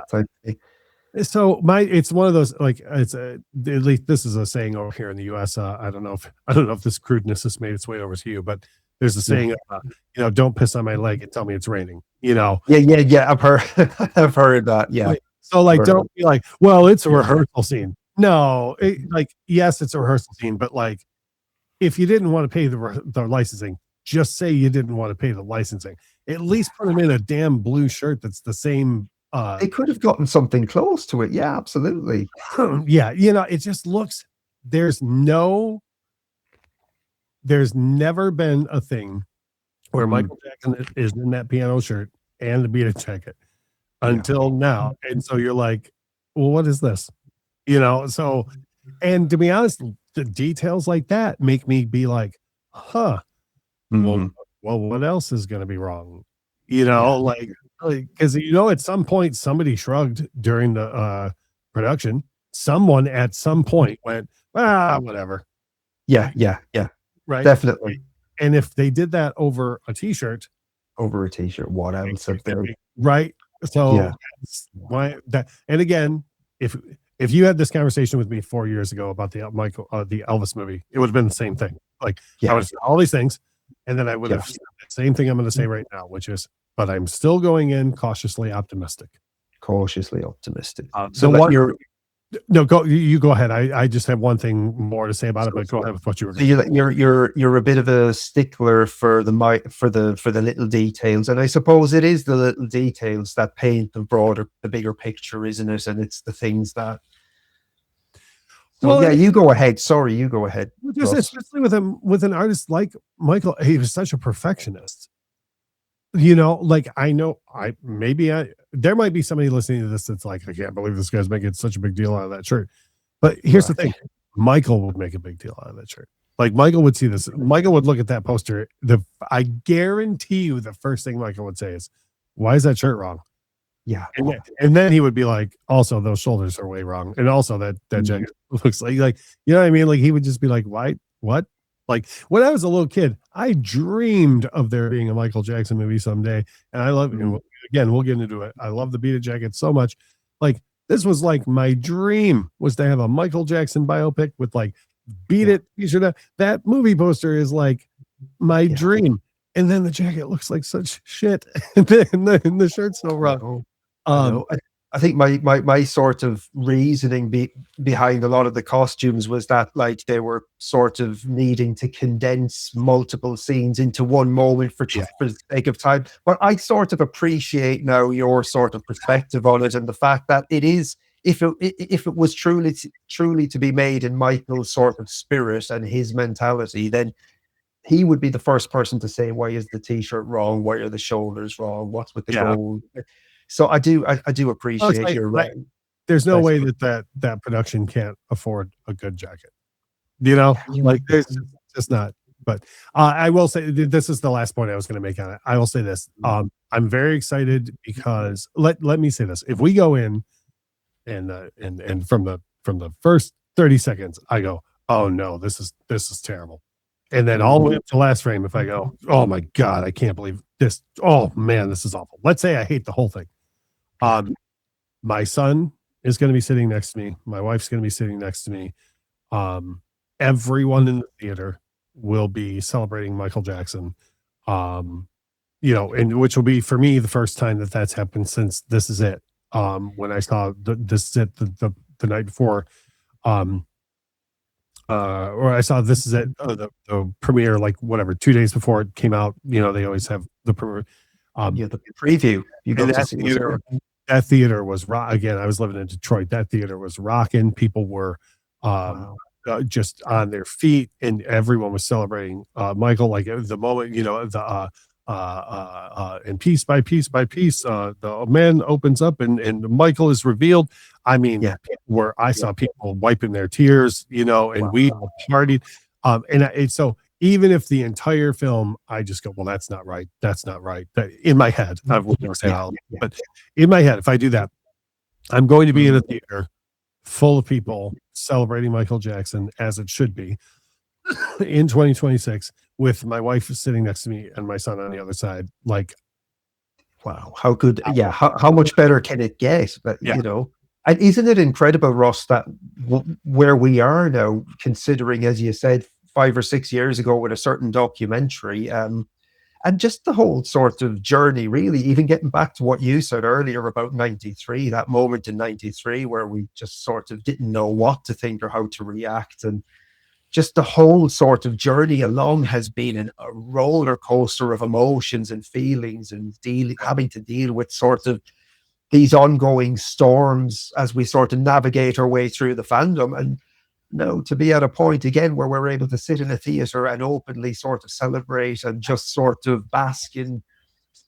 celebration and music and enjoyment. It's sort of what it's all about, isn't it? And so I suppose ultimately, if we can come out of the theater feeling that, okay, these little things were wrong, but look, ultimately, it's been a pretty good bloody, ride. and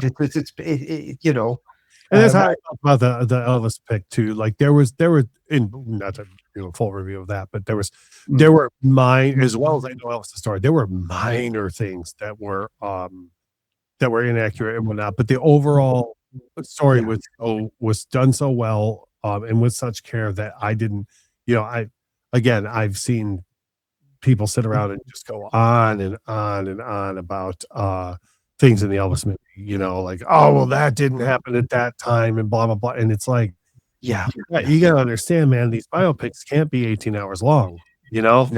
nobody's gonna watch, you know.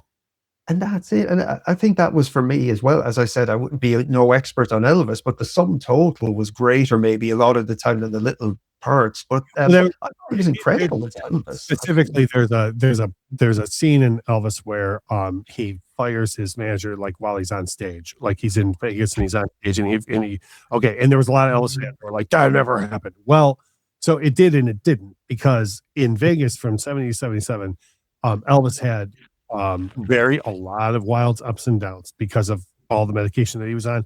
And there are a lot of recordings of Elvis doing that style of rant, for lack of a better term, on stage, of him literally in the middle of a show, just stopping and being like, you know what, blah, blah, and just like reading people the riot act. And I mean, yelling at people.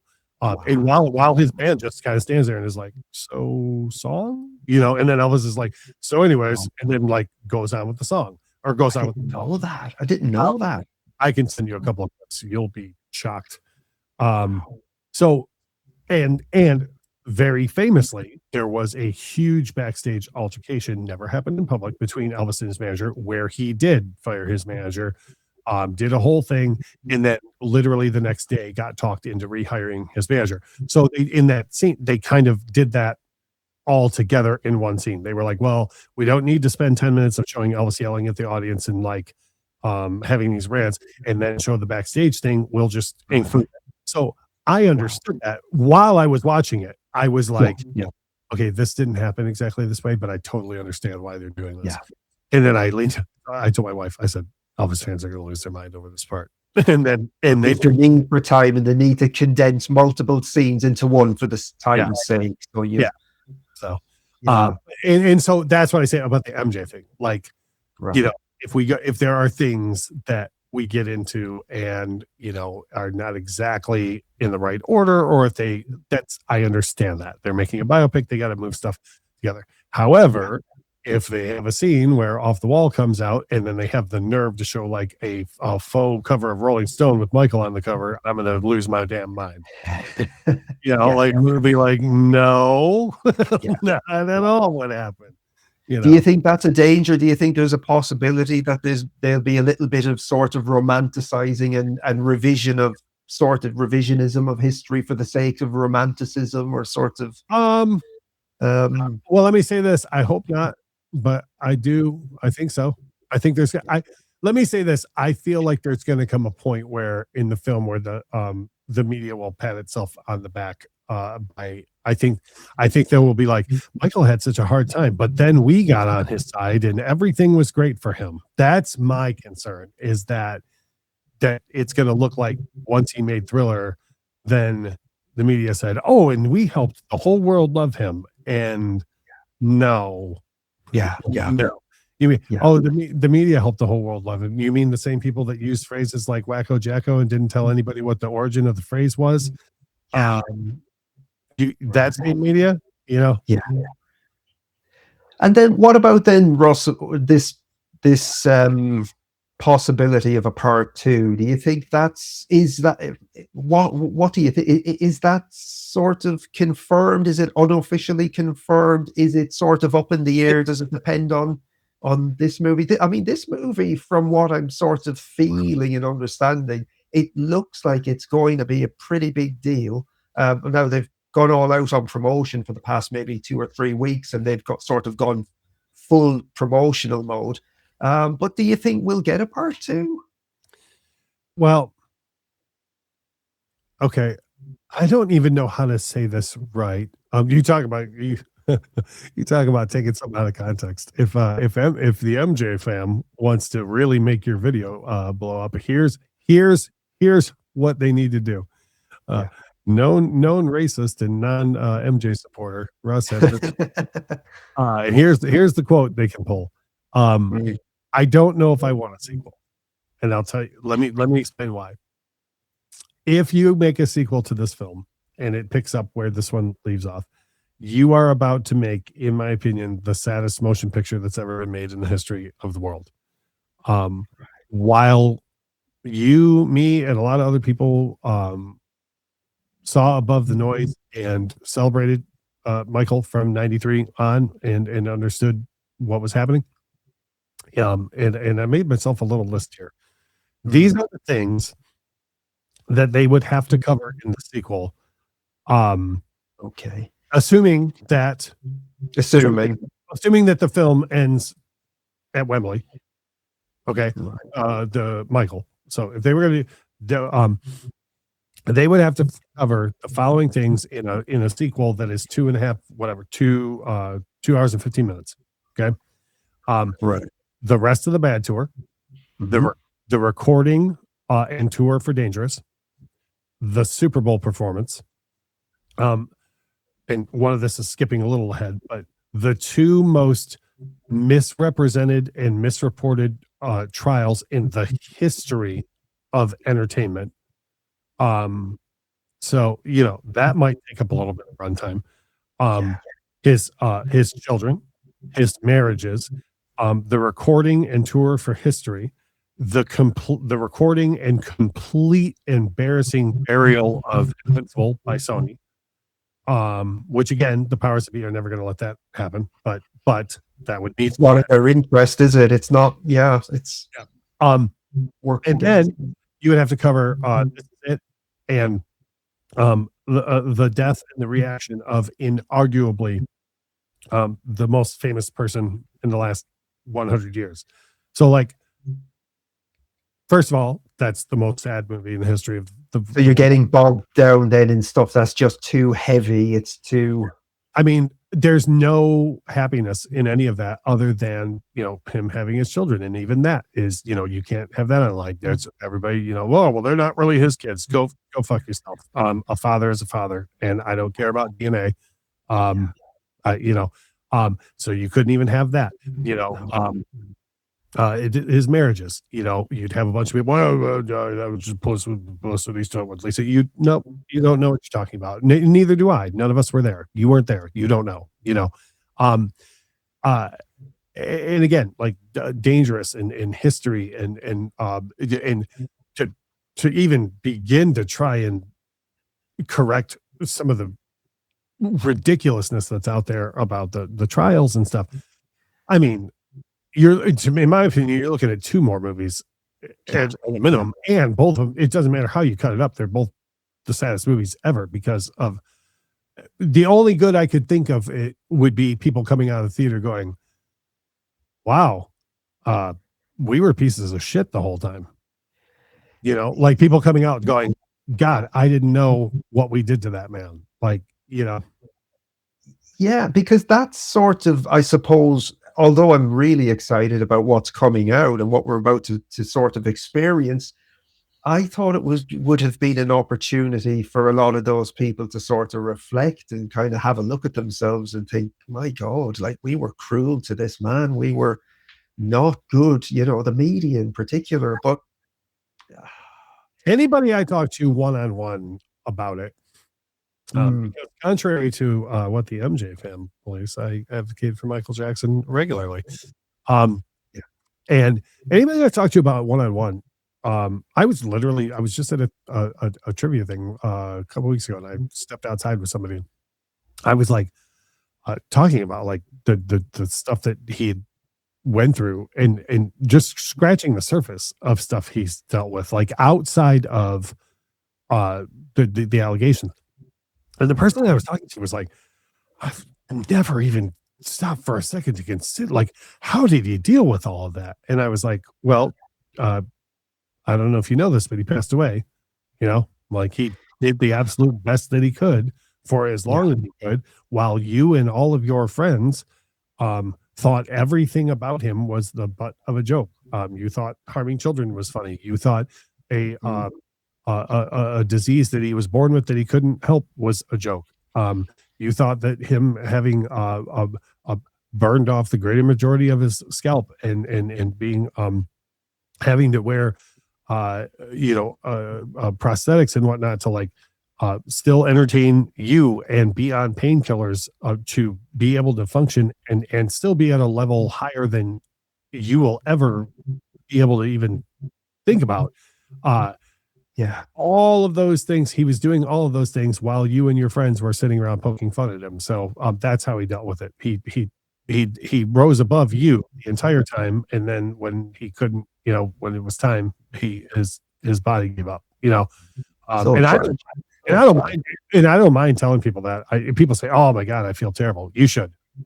Yeah, absolutely. The whole time he was here, I was defending the hell out of him the entire time. And what you were doing was sitting around with your friends, listening to Eminem and buying Rolling Stone and snickering at this man. And then June 25th, 2009 happens, and now all of a sudden you're the world's biggest Michael Jackson fan. Now it was incredible, Russ, wasn't it? Overnight, all of a sudden, everybody was Michael's biggest fan out of nothing. When he passed away, just and then all of those publications and the shops that had spent decades tearing him down were selling tribute issues and special issues and Hey man, memorial issues. any way you can make a dime off them, right? It doesn't matter. It's good, Yeah. good, bad, or indifferent. And it's just I had a conversation with a friend of mine at work a few weeks ago, and we were sort of talking about something slightly different, I think, and unrelated. But basically, sort of the crux of it was like I was asking him, sort of, how can this sort of be true when we're acting like this? And I'm being quite vague in what I'm talking about, but basically, what he said was, he said, "Well, we're living in a capitalistic world, and when you're living in a society that's driven and run by money, the money is more important than the reality.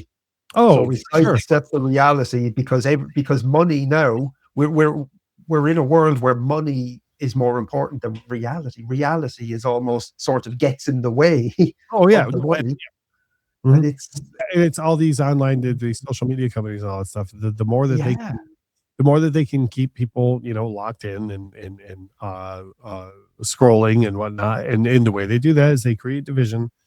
Um, you know, they create division and they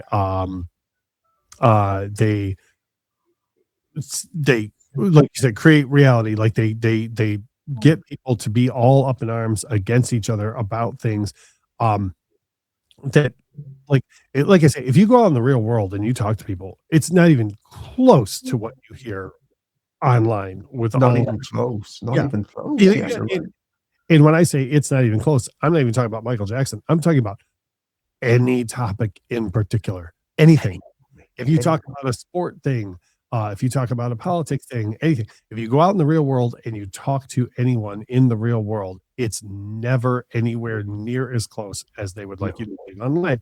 And the idea is they would rather you sit online more and more and more uh, Mm. because they're getting the ad revenue from when you do that. So they're making money off of that. So it's like, what is there more money to be made off of? A whole bunch of division or a whole bunch of unity, and it's like, well, I'm going to assume getting people mad so they argue with each other all the time Yeah, is, the thing that's going to make the more money. It's going to keep people on the app. Um, that's why crazy. I just go out in the real world and enjoy. And that's it. And you said it's a completely different reality, and they want to sort of sat behind the screen for the majority of our lives, and then I suppose they have the potential then to control us and to lower us into a sense of belief that this is the majority opinion on something. Yet when you go out, whether it's politics, whatever it is, you get a completely different side of the Yeah. story. Yeah. So yeah, it's wild, man. It's mad. It really is. But you've got, so we spoke about this beaded jacket that they're using in the movie, Oh and yeah. it does. I've got to agree with you, Ross. It does look. It's not the best, really, is it? But you've got a jacket. You've got a beaded jacket from what I've seen, and it's really, really something. You've Yeah. got really. Yeah, when I told you, I'm pretty sure Beat It's the first like thing when I was a kid that I heard of MJ, and then as soon as I saw the short film when I was a kid, I was like, "Well, that's the coolest looking thing I've ever seen in my life." Like when he leaves the apartment and he's got the jacket on for the first time, I was just like, "Well, that is the coolest looking thing." So I've just been like, and Such a when factual statement, isn't it? It was, yeah. yeah, and when I was a kid, I always tell my wife this, like, again, this is a thing people won't understand today. But when I Mm. was a kid and you walked into like department stores, when you walked in, like the registers were over here and the makeup department was over there, and like on the left, every store you walked into, they had like they just sold beaded jackets like at the store, like here in America, like beaded jackets and thriller jackets. And for whatever, I don't know why, but they had red and black versions of it. I don't know why. But Wow. in the ones that they sold at the stores when I was a kid were kind of look better than the one that's in the film.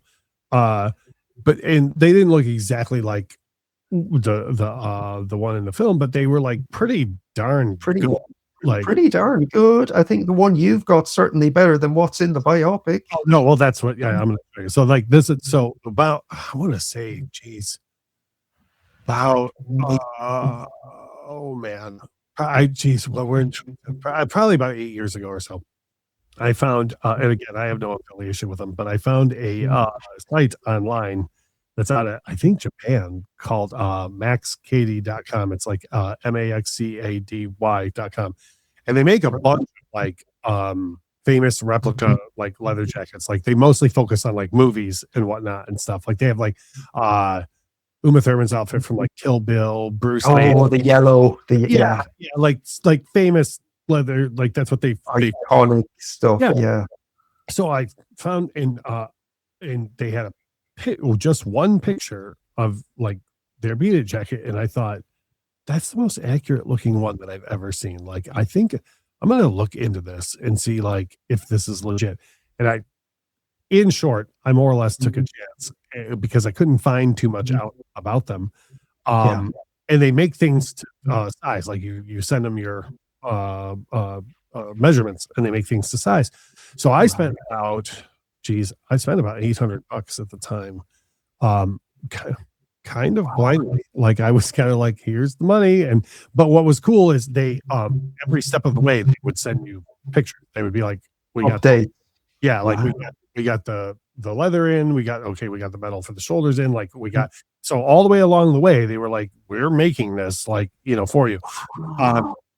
And people can still go to the site and order one. I think they have them like off the rack, or you can like you can give them your measurements. But anyways, so finally they shipped it, and I just thought, man, I hope this looks anywhere near as cool as I think it does. So without further ado, I will show you here. And it's funny. Yeah, go for it. What's funny is it's always on the back of my. Oh wow, that is such a jacket, is it? Oh my god. I think you showed pictures of this in the past, but seeing it on camera is like, wow. Yeah, like I don't know how well you can see, but it's like it's real. It's the real thing. I mean, it's the metal, and it is phenomenal, Russ. It really, really is. It's just so authentic looking. Yep. Wow. Obviously detail in it, and shoulders on both sides, and and the zippers are all the zippers are functional like they should be, and they did the so you can push up the arms like you're supposed to. And what? I think my camera is getting stuck here when I'm just putting you up on the screen, so maybe it will. Yeah, that's fine. I'll just leave it like this because I wanted to just really see it. But wow, it's so cool, man. I mean, I didn't realize like that you'd took such a risk on this and had it made, and I thought it is really something. Like it's, and I can send you tomorrow or something. I can send you like some still photos of it so you can put it with the video. It's phenomenal, man. It really. Yeah, like this is why I get so defensive over the beaded jacket, because like I understand why now. Yeah, it's and it's funny because this is I'm in my wife's office right now, but this chair is in from my office, and since I bought this jacket, it's been on the back of my chair like the entire time. So like when I do like business meetings and stuff, this is Russell's chair. Always on the back of my chair. And like I actually have one of my clients once, like a couple months ago, was like, "Is that Michael Jackson jacket?" And I was like, "Yep." And then we spent the whole rest of the meeting talking about MJ. A great meeting. Yeah. So like this is one of my biggest. It's phenomenal. It's such a. I think I'm gonna let my he doesn't know this yet, but I think I'm gonna let my son wear this to the movie. What an honor! What an honor! My God. I bet, because he's the only one who's ever going to get to wear that jacket, I would imagine. Yeah. Wow.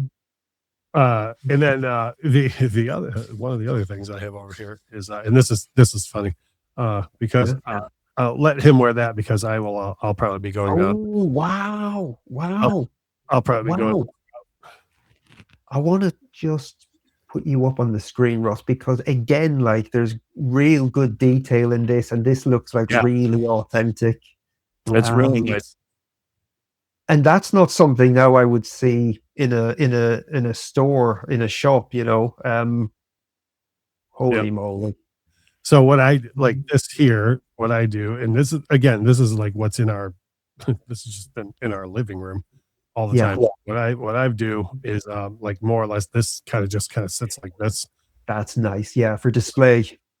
Yeah, in our living room, like That all is nice. Yeah. and again, it's kind of like one of those beacon things where like people walk in our house and they see this and it's kind of like a Conversation starter, isn't it? well, for sure, Immediately. but it's also a so mental note, don't say anything bad about Michael Jackson in this. You know what I mean? Like Precursor, absolutely. Yeah. And that's I've never sort of thought about things like that. So one of my insecurities really, I suppose, growing up and being through the 90s was sort of almost hiding the fact that I was a fan as well. mhm.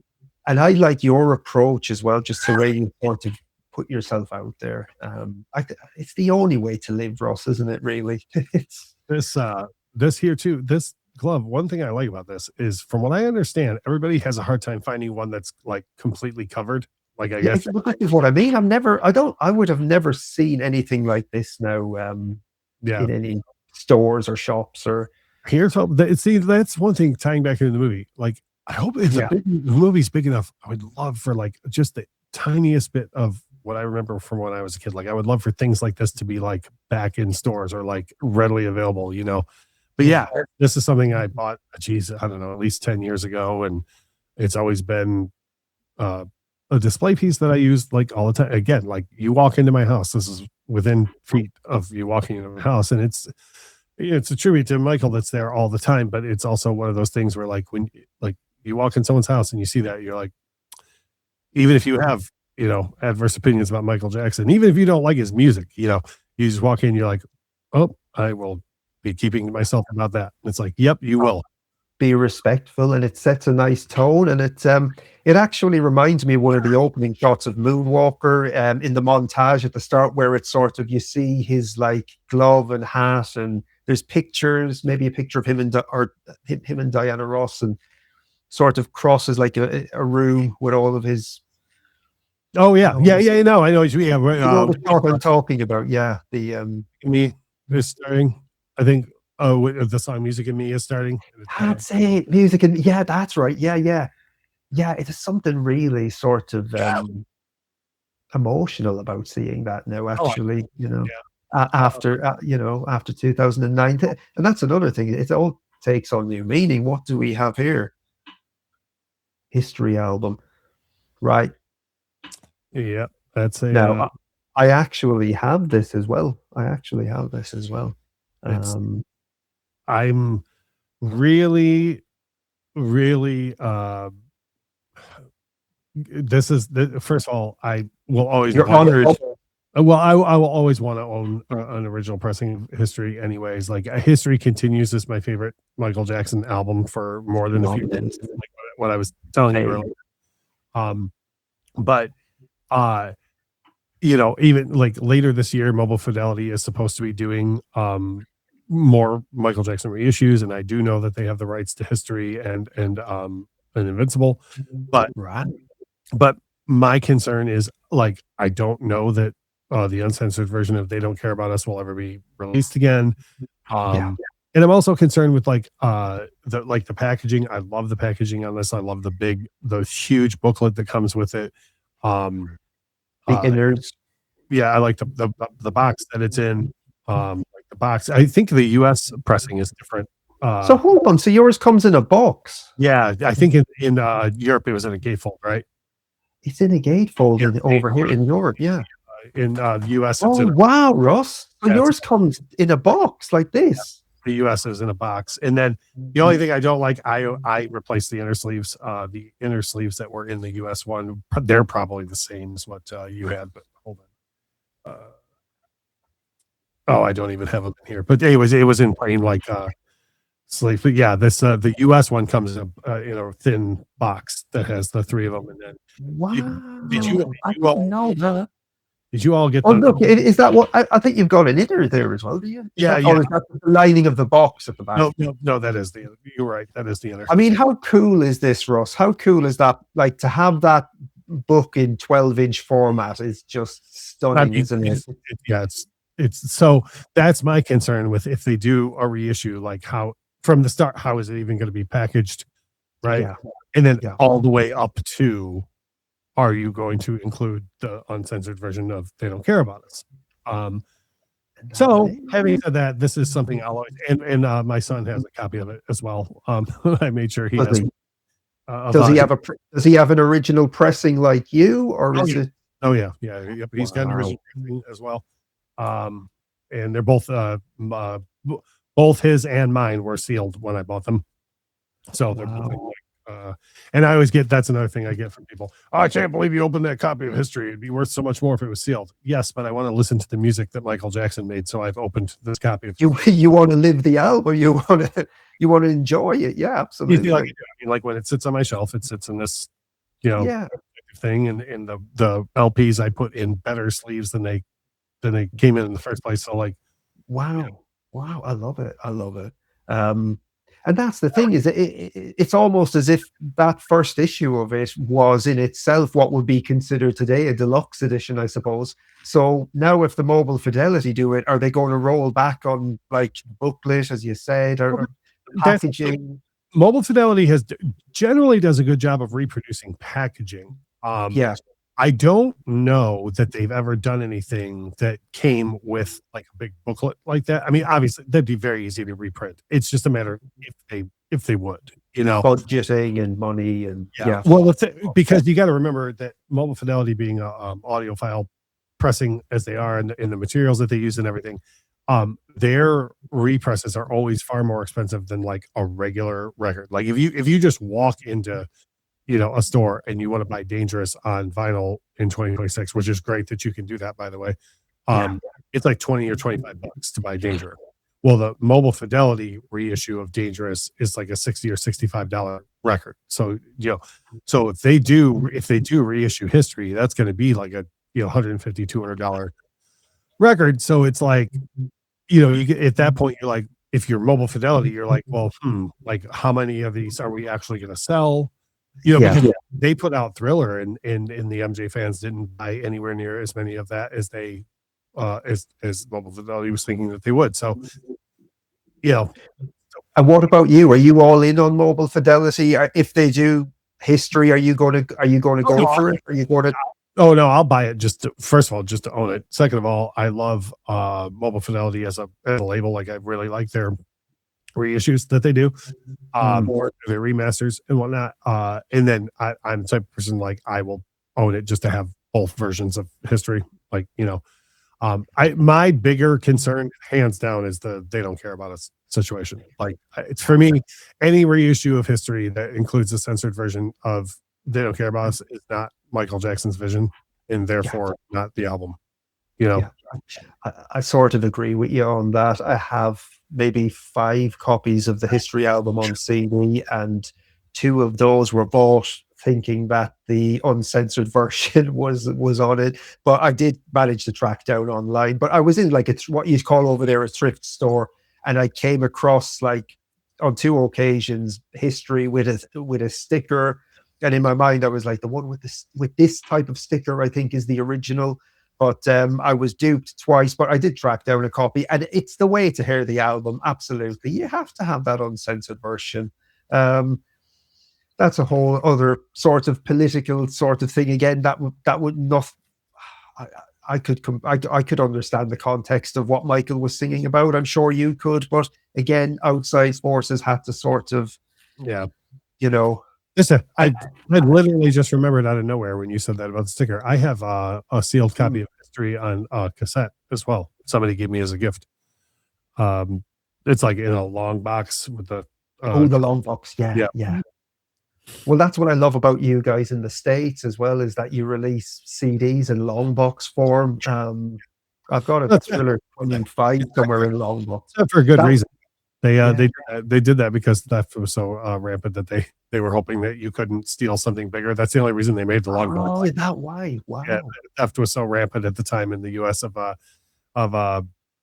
in record stores and in retail that the only reason they made the long boxes was in hopes that, like, because instead of stealing a CD, like it would be hard. Like, So wow. But that's funny. That. Yep. Wow. That's interesting, the way things come about, isn't it? Yeah. It's like we brought about the long box because instead of fixing theft, we were like, well, let's just pack an entire industry a certain way and hope people can't steal. That's it. And now to buy on boxes on eBay now online, I think sort of original from way back when deals, they can fetch, quite high prices. I think they've become quite collectible. Yeah. But Russ, I don't want to push. I don't know how you're pushed for time. We've gone well over the 2 hour mark today. I really, really appreciate you reaching out to me and coming on. I hope we can possibly do it again sometime because I've had an absolute blast today and it's been really wonderful just listening to your story and just sort of understanding what you've sort of went through as well and listening to your journey and your sort of hopes and expectations for the biopic. It's been great, man. Well, thank you very much for having me, and I also really appreciate you allowing me to share the story. And I don't like to dwell on negative. No, but I think it's important for you to express yourself, and there is a certain amount of hypocrisy within the fan community, Russ. It's always sort of been there, and it's something as well I've always failed to wrap my mind around, that you're supporting this artist, yet you're sort of acting like this, and it's insane. It's needless and pointless. Having said that, I know you have a very busy schedule. Like, it was hard for us to line this up, but we did. I know you have a busy schedule, and I know you certainly have a busy schedule. From April, but I'm certain we can meet up again. Like, at a minimum near the beginning of May, to at least bare minimum discuss the biopic, because by then we could do this maybe the other side of the biopic and sort of. So I say at least by the beginning of May, you and I will have at least seen it once for sure, depending on the definitely level. Once. Depending on the level of quality, we may have seen it a couple of times. Depending, I'm going opening night. I'm going opening night to the IMAX with my wife, and then 2 or 3 nights later, I'm going with my wife again, sister-in-law, and her daughter, my niece. So, and then I'll probably see it at least another separate time with my wife. So, I will have probably seen it 3 times by the time we speak again. When the Elvis picture came out in 2022, I went into that with my wife's, telling her, I said, just so you know, I know movies cost $1 billion to go to these days, but I said, if they start screwing up telling his story, we're going to get up and walk out. Like, I'm not dealing with this, but I said, I'm just hoping for the best. And I ended up loving that movie. I saw it 2-3 times in the theater, and I've bought the home release and everything. And I'm doing the same thing with the MJ movie. I'm going in hoping for the best, and cautiously optimistic, I think, is what you said, and I think that's probably the best approach. Given that you're a lifelong fan as well, we can't help but have these expectations, and because we've lived the journey, and you've certainly lived the journey as well, and hopefully all we can do is hope for the best. And what about you? What else are you doing? Where can people reach you? Where can people find you? What have you got going on? Like, the best way to really hear like what's going on and have fun is check out my wife's it's funny, my wife still every other week puts out an episode of her Weird Al podcast. It's called the Beard Al podcast, which is great because she talks about beer, and what she says is she talks about 2 of the greatest things in the world, beer and Weird Al. Yeah. And she's doing a series right now where she's literally going through all 14 of his records and doing an episode per song, like per song. In a row. And we're in the middle. And what's ironic is we're on the Even Worse album right now. So like we're on the one as but so there's an episode out there about fat, which is absolutely fantastic. Where again I do quite a bit of defending of Michael, because again, in the Weird Al community, there's a lot of people who think it's hilarious to make fun of Michael for this, that, or the other thing. I heavily remind people in that community that their hero Weird Al never made fun of people. So I'm on both sides of that.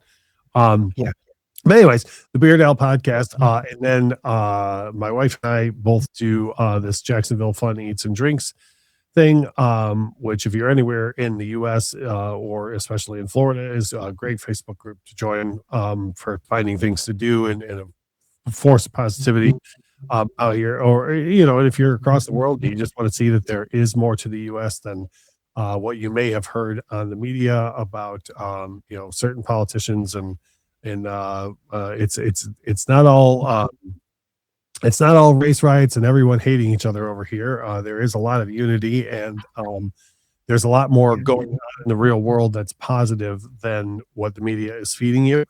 And if you and this is not a drive for membership, but if you take a look at least to our Facebook page, you will see that that's what's happening. Like later today, and I will report on this in the Facebook group when I have it.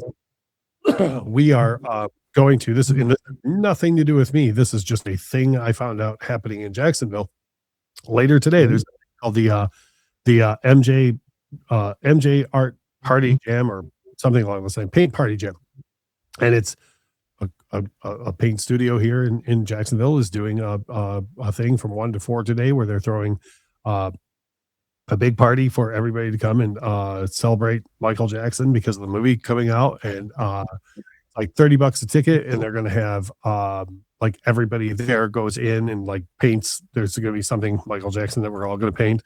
They're going to be playing. You're going to be playing Michael music, I would imagine. Yeah, they'll be playing a song. They're going to be a raffle. They're going to have trivia. They said they're going to have Michael Jackson related mini games. I don't know what that means yet, so that's going to be fun. But like if you go and you look at the Facebook event for it, and it's and it says how many people are invite. The people that are all on there are every race, age, and creed.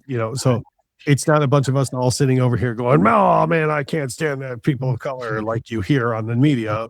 Like, nope. Later, you're all inclusive, and I think you're building something very special there, Russ, with your Jacksonville Eats and Drinks community. You're doing some wonderful stuff there. You're getting local businesses involved, restaurants, and activity days, as you said. It must be really great to be a part of something like that that's all inclusive, and it's getting people in the community and people coming in, I guess, on holidays involved. It's wonderful thing you're building there, I think.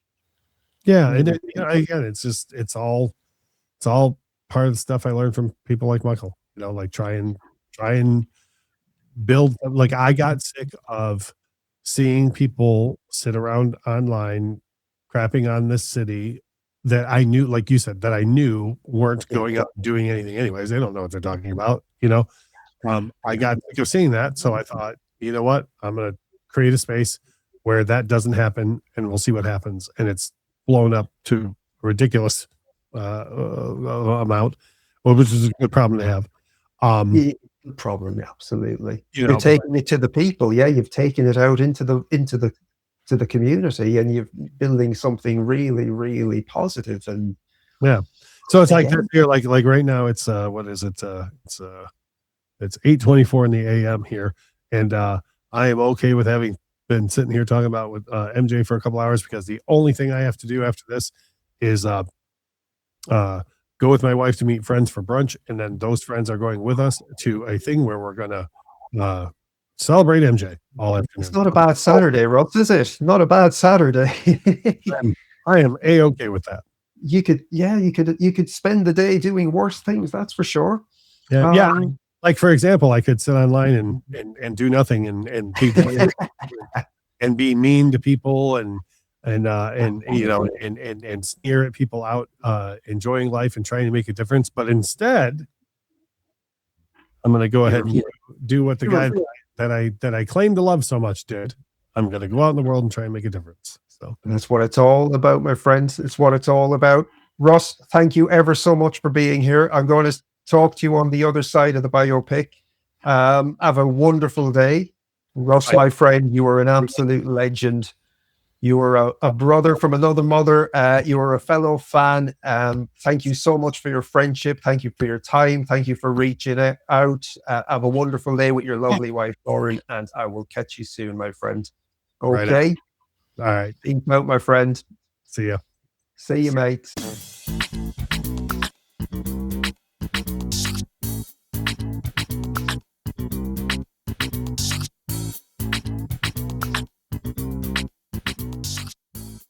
Bye.